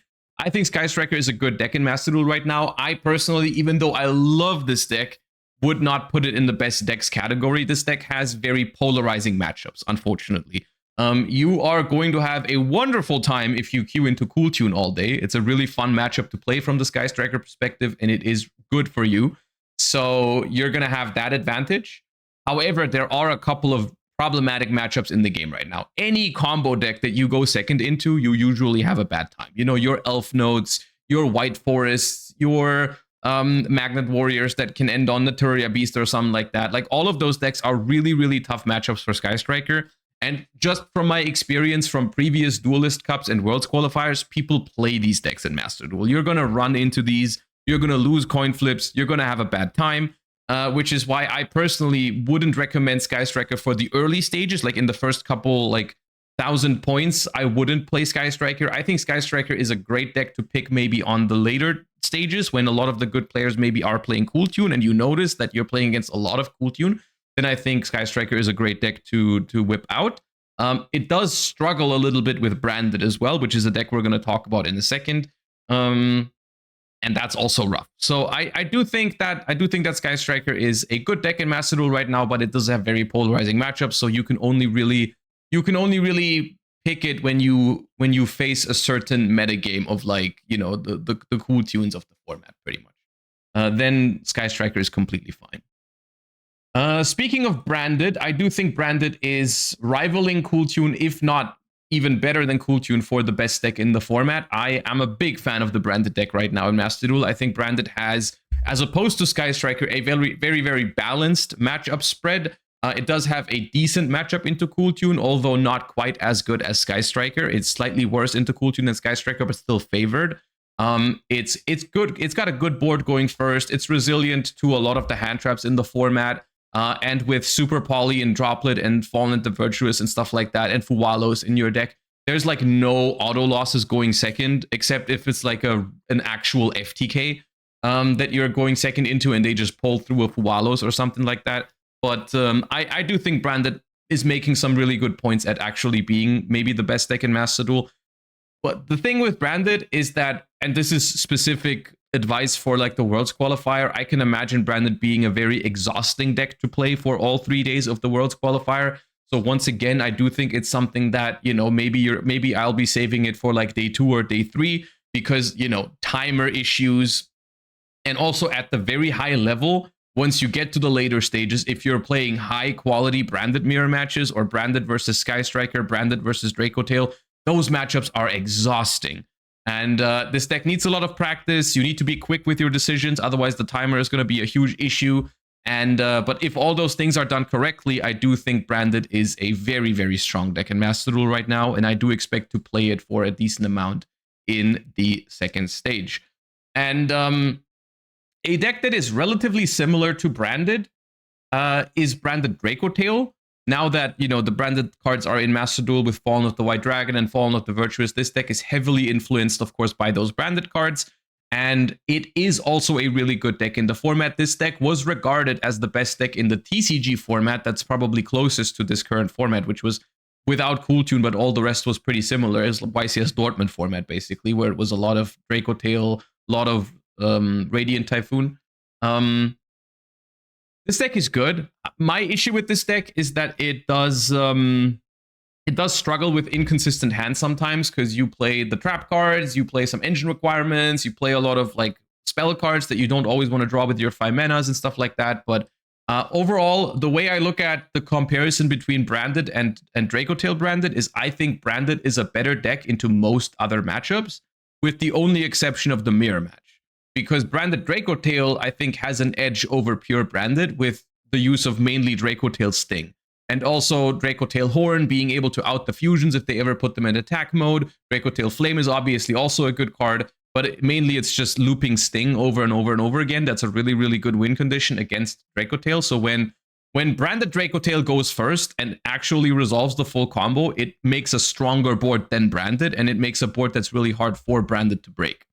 So in that specific matchup, I think Branded Draco Tail has an edge. But in other matchups, I think Branded is usually the better deck. And it's, for example, also going second into Cool Tune, Branded is better than Branded Draco Tail, because there's a much higher chance that the Cool Tune player just looks at your hand with Branded Draco Tail. They see like an Urgula, they see a Draco Tail trap, and it's much easier for them to outplay the rest of your hand. So the Cool Tune matchup is harder for the Draco Tail cards than it is for Branded. which is why I think overall Branded is probably the better deck, but I think Draco Tail is a good call if you just run into a lot of Branded and you want to play something that's a little better into that. I think Branded Draco Tail is good for that. And these are, I think, the best 3 decks in the format right now. We're going to talk about some other decks that I think are absolutely viable contenders in the format right now, but I think this is what's shaping up the metagame. I think this triangle up here is the 3 best decks in Master Duel right now, and I think it's Branded beats Cool Tune. Cool Tune is better against Draco Tail. Draco Tail is pretty good against Branded. I think that's the little triangle that we have at the top. And then the rest of the format is going to revolve around those, around those dynamics. So, a deck that I've been getting a ton of questions about recently is Radiant Typhoon and also Radiant Typhoon Zodiac. I do think these 2 decks are different, but they are both viable for this upcoming, or for the current Master Duel environment. They're both pretty solid. With the introduction of the Fallen and the Virtuous, that was a huge boost to Radiant Typhoon in general, and also the introduction of Zodiac, Ratpier, and Broad Bull to the format again spawned a hybrid of these 2 decks. Personally, I think Radiant Typhoon is in a pretty good spot and actually is a deck that is maybe up for contention to be the 4th deck up here. I do think Radiant Typhoon has a pretty balanced matchup spread against all of these decks up here. It has a very good chance at beating Branded. It has a good chance at beating Cool Tune, even going second with all the board breakers and draw spells.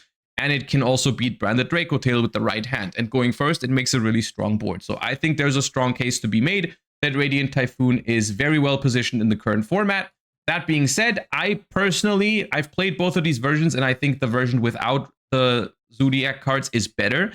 Yes, the Zodiac cards make your going first even stronger. However, I don't think Radiant Typhoon needs this exactly, and I also think that they don't strictly make your going first better in every way, because they do add a couple of weaknesses into your deck that you don't have if you were playing pure Radiant Typhoon. For example, Mulcharmy Fuwalos hits you now, which is a card that's not very good against Radiant Typhoon, but becomes very strong when you start with normal summon Ratpier.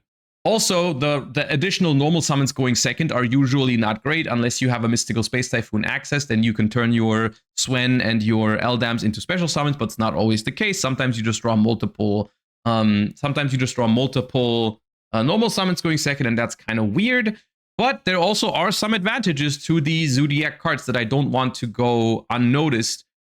For example, you are better into Drolin Lockbird. Now, my issue is Drolin Lockbird. If I'm looking at the top decks in the format right now, Drolin Lockbird should not see that much play, in my opinion. I think at the higher ranks, I don't think Drolin Lockbird is going to be that popular. It's not good against Branded. It's not good against Branded Draco Tail. It's sometimes good against Cool Tune.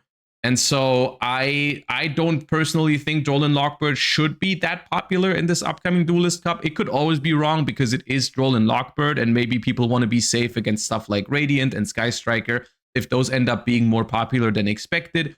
But ultimately, I think being weak to Charmies is a bigger deal than being weak to Drolin Lockbird.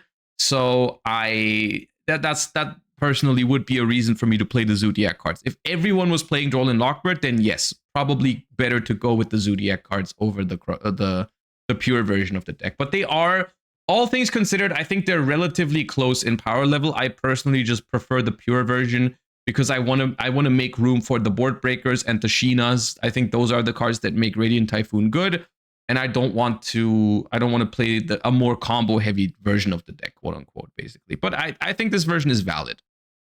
Okay. Archmage. Archmage is a rogue option. I don't really see a reason to play this deck in Master Duel as of now before we get the power patrons. It's a scary deck potentially going first. A lot of the decks that are very auto-win going first and very bad going second, for me, are going to end up in the rogue option category because they are scary. You can absolutely lose to them, but I just personally don't think they're very good when your deck is just very good going first and very bad going second. And I do think Archmage does fall into that category. And even when you're going first, you know, there are certain cards like the Charmies, like Drolin Lockbird. I mean, Archmage specifically isn't that weak to Mulcharmy Fuwalos, but there is a world where if Radiant Typhoon is popular and Cool Tune is popular, some people might play Purulia, even though I don't think it's that good against Cool Tune. But if there's a lot of Radiant Typhoon, then maybe people will play Purulia, and that card does hit Archmage relatively well.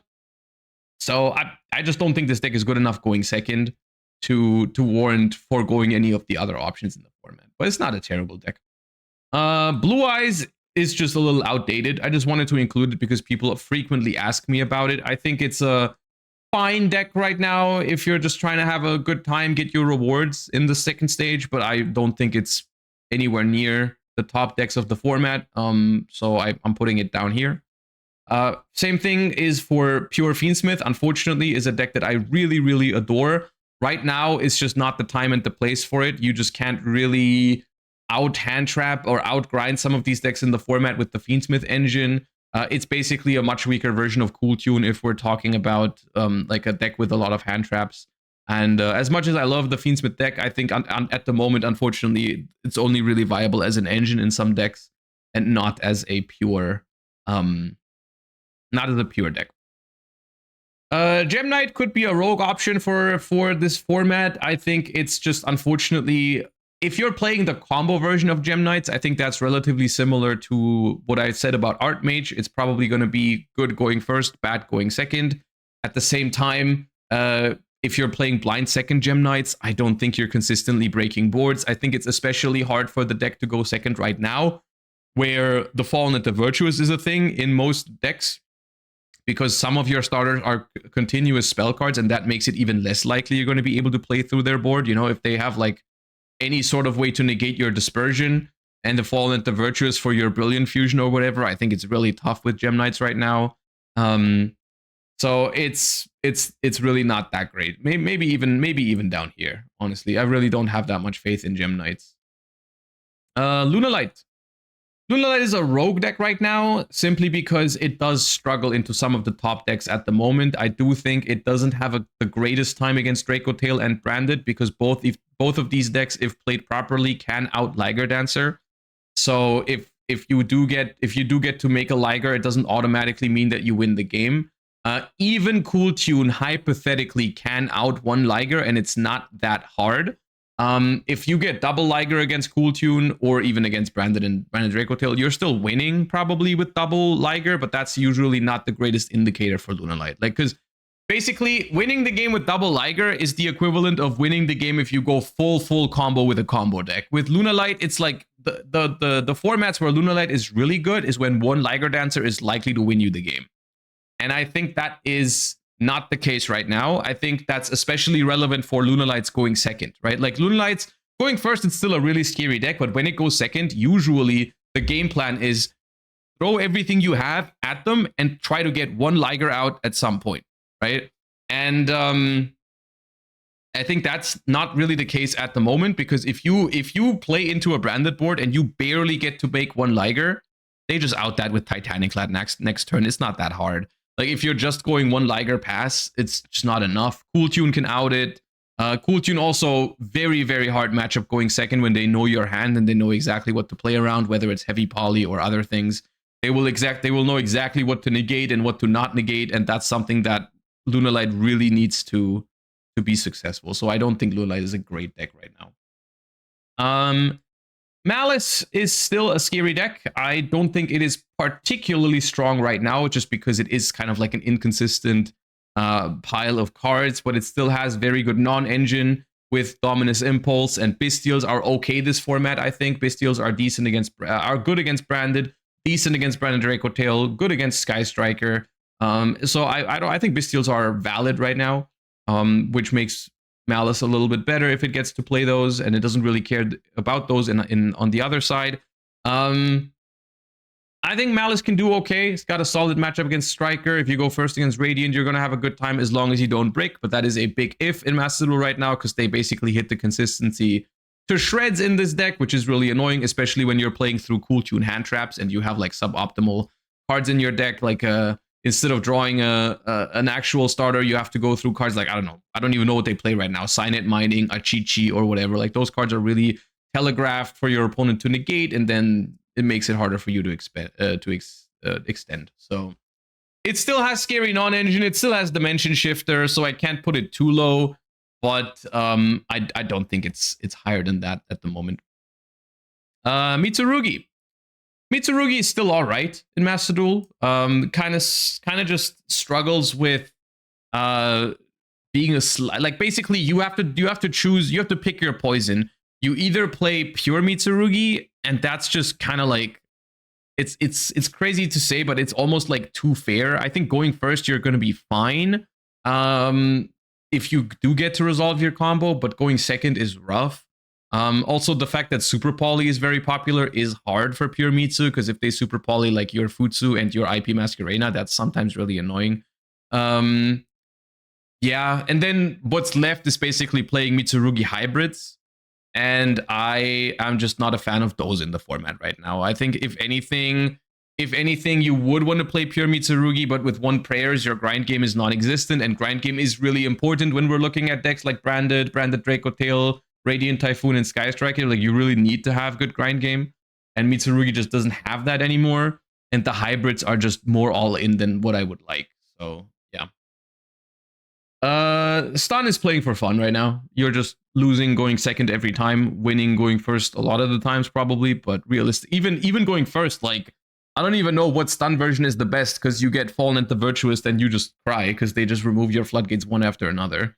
So, I mean, and also fun is a weird, I do realize now that this is a weird category to put stun in, but realistically, you don't have any chances of doing well with stun, I think, which is good. That's good news, I guess. But yeah, I do realize it's an insane sentence. I do feel the same way about Tierlaments. I just can't bring myself to like Tierlaments in its current iteration in Master Duel. It just feels way too gamba for me personally. I'm not a fan of it. I don't think it's consistent, and it's basically just a combo pile of incohesive cards. Not really a huge fan of it. Mermail is a rogue option probably at best. It does fall into this similar category. It does have better going second, I would say, into something like Cool Tune, because some hands can be really annoying for Cool Tune to deal with because you're sending stuff for cost. That is something that they can not really easily prevent. So the Cool Tune matchup is probably doable for Mermail. However, I don't really see it consistently playing into boards from Draco Tail or Branded Draco Tail super well. Going first, it's still super scary if your opponent isn't on Droll Lockbird, which, like I said earlier, shouldn't be in that many decks. The Charmies are still a problem though, so like it's a little weird. Also, Cool Tune plays so many hand traps to the point where even if you have like Neptibus and they have to spend 2 hand traps on it, like let's say they Veiler it and they Ash your Dragoons in the grave or something, that can still work, and they play so many hand traps that they might just pull that off. So yeah. Elf Notes. You guys know how I feel about Elf Note. I hate this deck. I think it's all right. I think it's got slightly better going second than other combo slop decks in the format at the moment, because it does have a small chance of opening some turn 0 plays, and it does have room for some hand traps. I'm not a big fan of it though. And also for the versions, I've seen people talk about like Elf Notes Cool Tune or pure Elf Notes or Elf Notes Fiendsmith. To me personally, they're all relatively similar. You can even play Elf Notes with the Albaz cards. I'm sure one of those versions is all right. I haven't played them enough to tell you which one's the best. I still think it does struggle going second on average, but it does have a decent amount of non-engine space to make up for that. And the Elf Note cards are relatively good at pushing because they don't require your normal summon. So I think it's all right. Maybe it's like it feels a little bit like Malice in that sense, just more consistent. I guess it doesn't really have the bricking problem. It doesn't really feel that much like Malice, but I think Elf Notes is all right. I think if there's any combo deck that I wouldn't be shocked if it did well, it'd be probably an Elf Note variation. Is probably what I think. It's just better Malice. Maybe it's just better Malice because it's more consistent, but it follows the same play pattern, right? It's like go first, try to make a board that literally just wins the game, play through hand traps like it's nothing if you draw a couple of starters, and then going second, you try to like activate a Charmy or activate hand traps to stop your opponent and win the game based off of that. It's very classic combo pattern, which I'm usually not a fan of, especially when there's other options in the format that aren't like this. But if you are looking for a combo deck, Elf Notes is probably your best bet. Labyrinth is playing for fun. You can never beat Branded, you can never beat Draco Tail, and you can never beat Cool Tune. You can beat Cool Tune going first, but the other two is basically Floodgate or Bust, which I guess you could be playing Dimensional Barrier Turbo if you're playing Labyrinth, but then you're still losing every time you go second. So it's playing for fun. Man is playing for fun too. Man, like here's the awesome thing that's happened to me in the last couple of weeks or days. I've played against Man a decent amount, and as in usual Josh fashion, I've always lost the coin toss. And I started to get mad when they did their Man combo, and then I looked at my hand and I was like, oh wait, I'm playing Sky Striker. Oh wait, I'm playing Radiant Typhoon. Or oh wait, I'm playing Branded, and I'm just winning. It doesn't matter. I go Elbaz, send something for cost. There's nothing you can negate there. There's nothing you can negate. You can't stop me from my grind game. It's not working. I'm going to get my Fallen at the Virtuous in the end phase, pop your stuff, and I'm just winning the game off of that. So, yeah, thankfully, the Odeon players are now playing for fun. And the best news out of all of this is they're not even going to have fun. That's awesome, isn't it? All right, so Man is gone, I think. I think it's bad. I haven't lost to it. I played against a bunch of times. I went second almost every time. I never lost to it. It's awesome. Yep. Memento. Memento is an awesome deck that I always have a soft spot for Memento in my heart. I love this deck, but I don't think it's the best time for it. It does probably struggle going second into some of these decks in the format right now. Probably around here. It does have a little bit more game going second into Cool Tune than you would think, because Memento is really good with quick play spells. You can build a really nasty version with like Droplet, Radiant Typhoon Vision, and stuff like that. That's really hard for Cool Tune to actually control when you go second. I do think the other matchups are rough though for Memento. It's a fun combo deck though. I think this one is probably my favorite combo deck of the format. Let's say it like that. Not the strongest one, but my favorite one. I do think Memento is awesome, especially in its pure form. But then again, the pure form is, for some of these decks, especially Branded Dracotail and Radiant Typhoon and Sky Striker, like pure Memento is actually breakable, which is for a combo deck a problem. In the grand scheme of thing of game design, that's a healthy thing, but for the perspective of the combo player, of course, it's not what you want. Tenpai. He's here at max. It's just not consistent enough. You're gonna have a terrible time against Cool Tune because they just have more. Dude, Cool Tune just plays like 3 times as many hand traps as you play starters, which is crazy. And yeah, you can break the Cool Tune board, but there's no way. Like, they're gonna look at your hand, they're gonna see it's Tenpai. You already have like a high chance of bricking. You're not gonna draw a play for turn because they resolve Q. And then, yeah, you can break their board, but they just hold follow up and then like Ash your one starter or Veiler it or whatever, and it's just not gonna be good. I guess you can farm some other decks. Like, you genuinely could be farming decks like Sky Striker, like Radiant Typhoon with stuff like Lightning Storm, Feather Duster, and then like a dodge. Yeah, those you might have a solid matchup into rogue decks. Might even have an okay time into Branded Dracotail.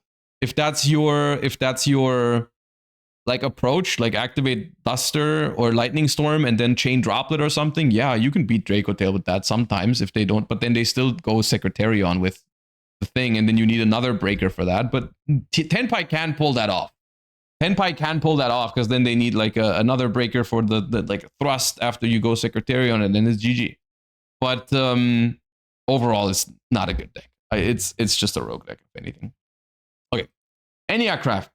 This is going to be an interesting discussion because we've already talked about this on stream earlier, and a lot of people seem to really like Eniacraft at the moment, and I am a big fan of this deck as well. However, I think this deck is awesome. Here's the issue. And I think if you think this deck is actually really, really good right now, I think it's a little bit copium, because this deck puts a lot of the agency into your opponent's hands. And I'm telling you this from the perspective of both someone who's played Eniacraft and played against Eniacraft. 99% of Eniacraft's power comes from the fact that your opponent doesn't know what they need to do in order to beat it. There are a lot of tricks that every single meta deck has to beat it. Like making a track maker with a mix plus a clip in hand or something like that. and then just going Chainlink 1 mix, Chainlink 2 Trackmaker, no Chainlink 3 to respect the spider. And you get to remove a monster for free. And then later, when you synchro with the Trackmaker, once again, just Trackmaker, bounce one of their monsters. You just need to be aware of all of the Enneacraft effects, and you're going to have a really good time against it. Just don't target their shit as the highest Chainlink, and don't go higher than Chainlink 3, and they can barely do anything about that. Branded, if you summon Chaos Star Source Dragon with a Quem on the board, and you go Chainlink 1 Chaos Star Source to pop 2 of their cards, Chainlink 2 Quem to revive, they can't do anything about that. If you're summoning a Mirror Jade, they cannot out that Mirror Jade without losing their entire board. There's nothing they can do about Mirror Jade graveyard effect most of the time. If you summon an unaffected Dogma, it's really hard for them to out. So many things, as long as you don't just straight up play into the Pixia or play into the Spider, you're going to be fine. Radiant Typhoon, unlosable against Enneacraft if you know what you're doing. Yes, Pixia is really annoying for Radiant Typhoon because they can't target anything. So what is Radiant Typhoon supposed to do? Simply don't trigger the Pixia and summon Onyx. And then when you trigger the Phonix, make sure it's chain blocked. You go summon Phonix, you activate a Radiant Typhoon quick play spell, you Mystical Space Typhoon your own card so they can't activate Pixia. And then on the new chain, you go Chainlink 1 Phonix, Chainlink 2 Radiant Typhoon spell in your grave, put 2 of their cards back into the deck. They cannot do anything about that. And if they try to play around it by flipping the Pixia up themselves with one of the spells in the graveyard, all you have to do is summon the Phonix and attack the Pixia. And then you can target stuff again. So all I'm trying to say is this deck is awesome, and I do have a lot of fun with it whenever I play it. But if people actually know how to play against it, it's really not that good. It's really not that good. And at that point, basically, it becomes very reliant on floodgates. If you want to beat a good branded player, a good Cool Tune player, a good Draco Tail player with this deck, you need floodgates, is the unfortunate truth with Enneacraft. If your opponent is bad, you can beat any of the top decks, no problem. Literally no problem. But if your opponent is good, you do need cards like Rivalry of the Warlords, Dimensional Fissure, at which point it becomes cringe floodgate deck that needs to go first. Which is unfortunately, like I said earlier, it's not inherently bad, it's just putting all of the agency into your opponent's hands, which I personally don't think is a great feeling. You're going to have a lot of fun, and you're going to have a lot of opponents to make fun of when they mess things up, but ultimately, on a competitive level, I think it makes it a rogue deck. I think it makes it a rogue deck because it does rely on that rogue advantage of your opponent not knowing what to do. So, yeah. I think that's that. No extra deck to play around the clip chain block. The clip isn't even needed for chain blocking. You can just go Chainlink 1 mix, Chainlink 2 Trackmaker. You don't need the clip. So yeah, I think the deck's all right. I think it's a rogue deck that's playable, but if your opponent knows what they're doing, it's just cursed, I think.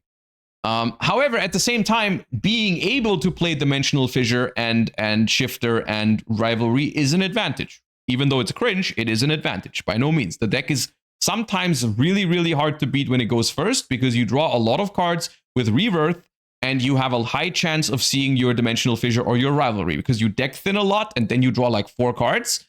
There's a high chance you'll see it. So in that sense, it's pretty strong going first with those floodgates, but going second, that doesn't really apply. So it exists. It's not bad, but I just don't think it's as good as people make it out to be, when in reality, a lot of the games they're winning is because the opponent is misplaying. And I don't really think that counts. Okay. Exosister. Exosister is a rogue deck. I think it's, with the new support, it's got a little bit more legs to it than it used to. I just think it's a little bit, like, the thing is, I don't think it's too fair going first anymore. It does actually make a board that is quite substantial going first in some matchups. It's just going second that's really hard with the deck. And it does struggle into stuff like the Mole Charmies, because I think the half boards that you make under Charmies are relatively mid for Exosisters. Exorcist Betrayal is a really, really good card against Draco Tail. And Carmael as well. So like the end board is pretty good against Draco Tail. It's okay against Branded, but you do have a hard time against Cool Tune, I think, because it's actually not that resilient to hand traps. So I think it's all right. I think it's not nothing crazy. I guess with how often I'm saying it's all right, I should say something else because I have a category that's called that. It's not up here, I don't think, but it is a viable rogue deck. Let's say it like that. Orchist. Orchist is all right. Orchist is probably now a slightly better version of Mitsurugi with mostly the same advantages, but you don't have the problem. Like the one prayers really hurts pure Mitsurugi's grind game. Orchist has great grind game as long as it gets into the game. It does have problems going second sometimes, but it does have room for some pretty nasty non-engine with the Dominus Impulse and other hand traps. So it's okay at that. Going first, it's decent, I would say. Not great into Molcharmies.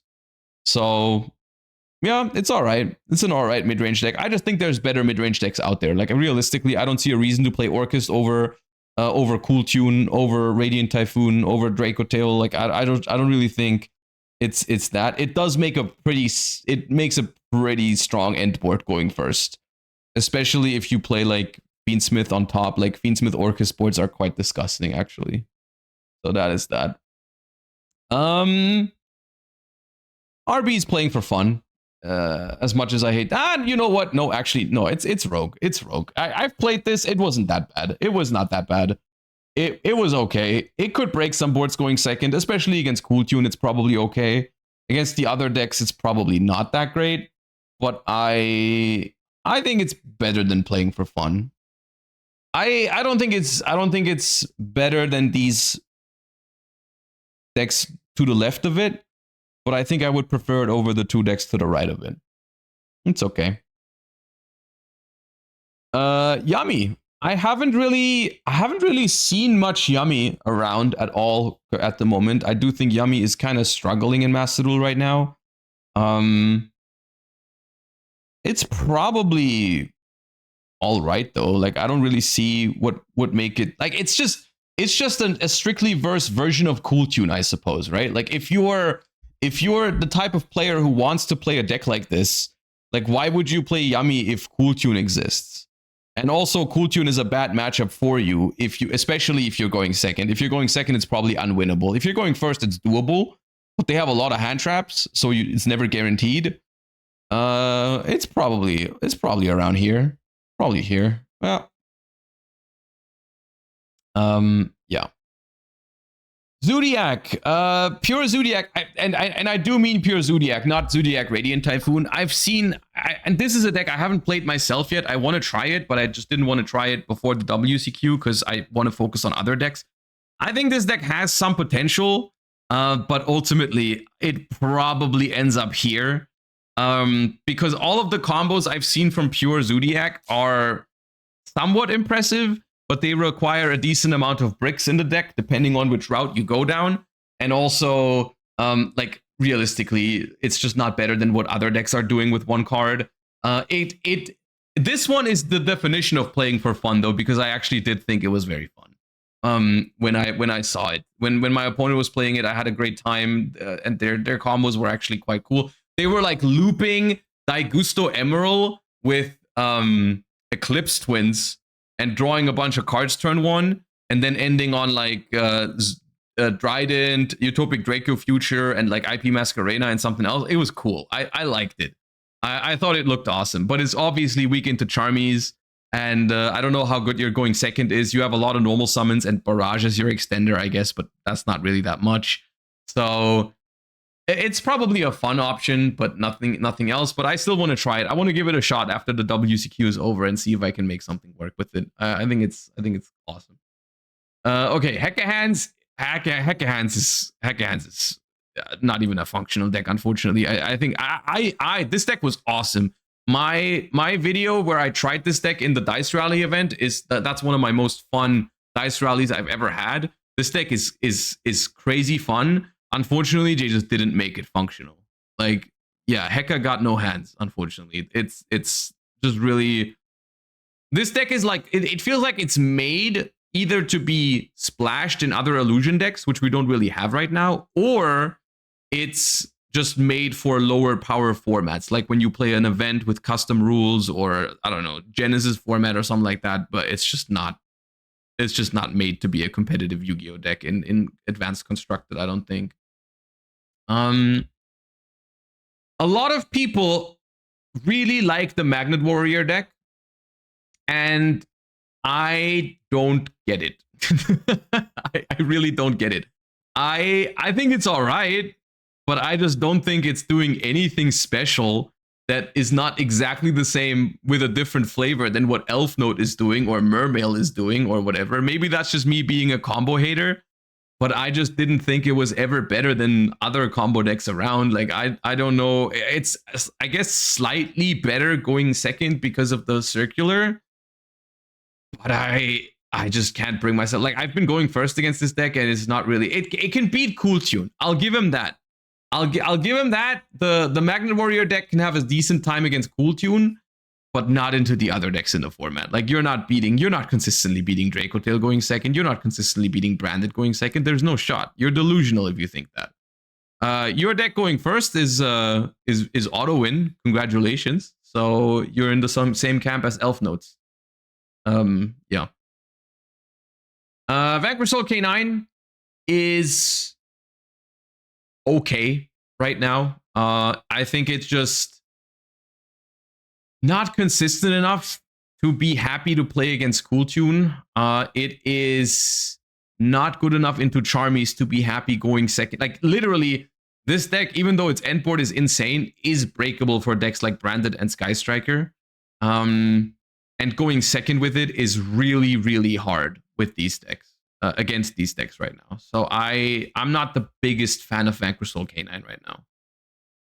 So I'm putting it here. It's still a functional deck, but I'm not a huge fan of it. White Forest. White Forest is Elf Notes, but worse. Right? Probably like here.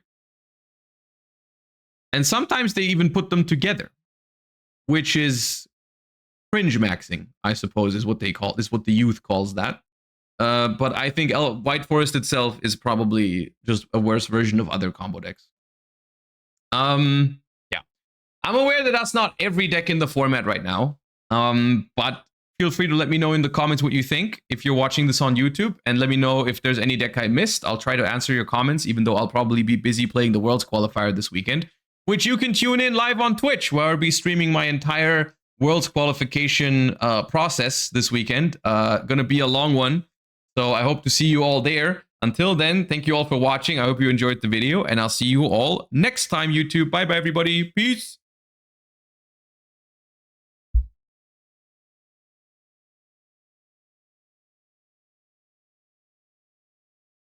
I don't get why Radiant Typhoon is not on top 2. I mean, like I said, I think it does give these 3 decks a run for their money. I think it does. There is an argument to be made to put it up here. I personally just, I guess I need to experiment with it a little bit more in this format, which, I mean, there's not that much time left until the Worlds Qualifier, but I just wasn't super happy with its consistency. But if I'm cutting non-engine to make it more consistent, then I'm worried about it's going second. I think maybe it's just because I haven't found the perfect balance yet. Maybe it's because I haven't found the perfect balance yet between non-engine and also which non-engine to play and which extra starters to play, right? Like, should I be playing Shield Bearer? Should I be playing Tenki? Should I be playing Extravagance? Should I play these extra starters? Or should I just focus on the best board breakers and maybe also maybe Fuba? I'm not sure. Should I play Fuba in this deck or not? Because it's bad going first, but then going second, maybe one of your best cards, especially against Branded and Draco Tail. So I'm not sure. But yeah. When is the Worlds Qualifier? This Friday. It starts this Friday morning and it goes until Monday morning. All right. Duelists. That is going to be it for today. I hope you had a good time in the stream. I hope you enjoyed. I am going to be back on Friday morning. I'm going to take tomorrow off to get some, you know, relaxing time in before the Worlds qualifier. I hope to see you all on the weekend over the course of the grind. Like I said, I hope you enjoyed the stream. Thank you all for following. Thank you for all the subs. I'll find someone to raid real quick. And then I hope you all have a wonderful rest of your day. Who are we going to send you to? Sky Striker Gaming. Okay, I'll send you guys over there. You guys have a wonderful rest of your day. Thank you for watching. I'll see you all on Friday. And yeah, bye-bye, everybody. Peace.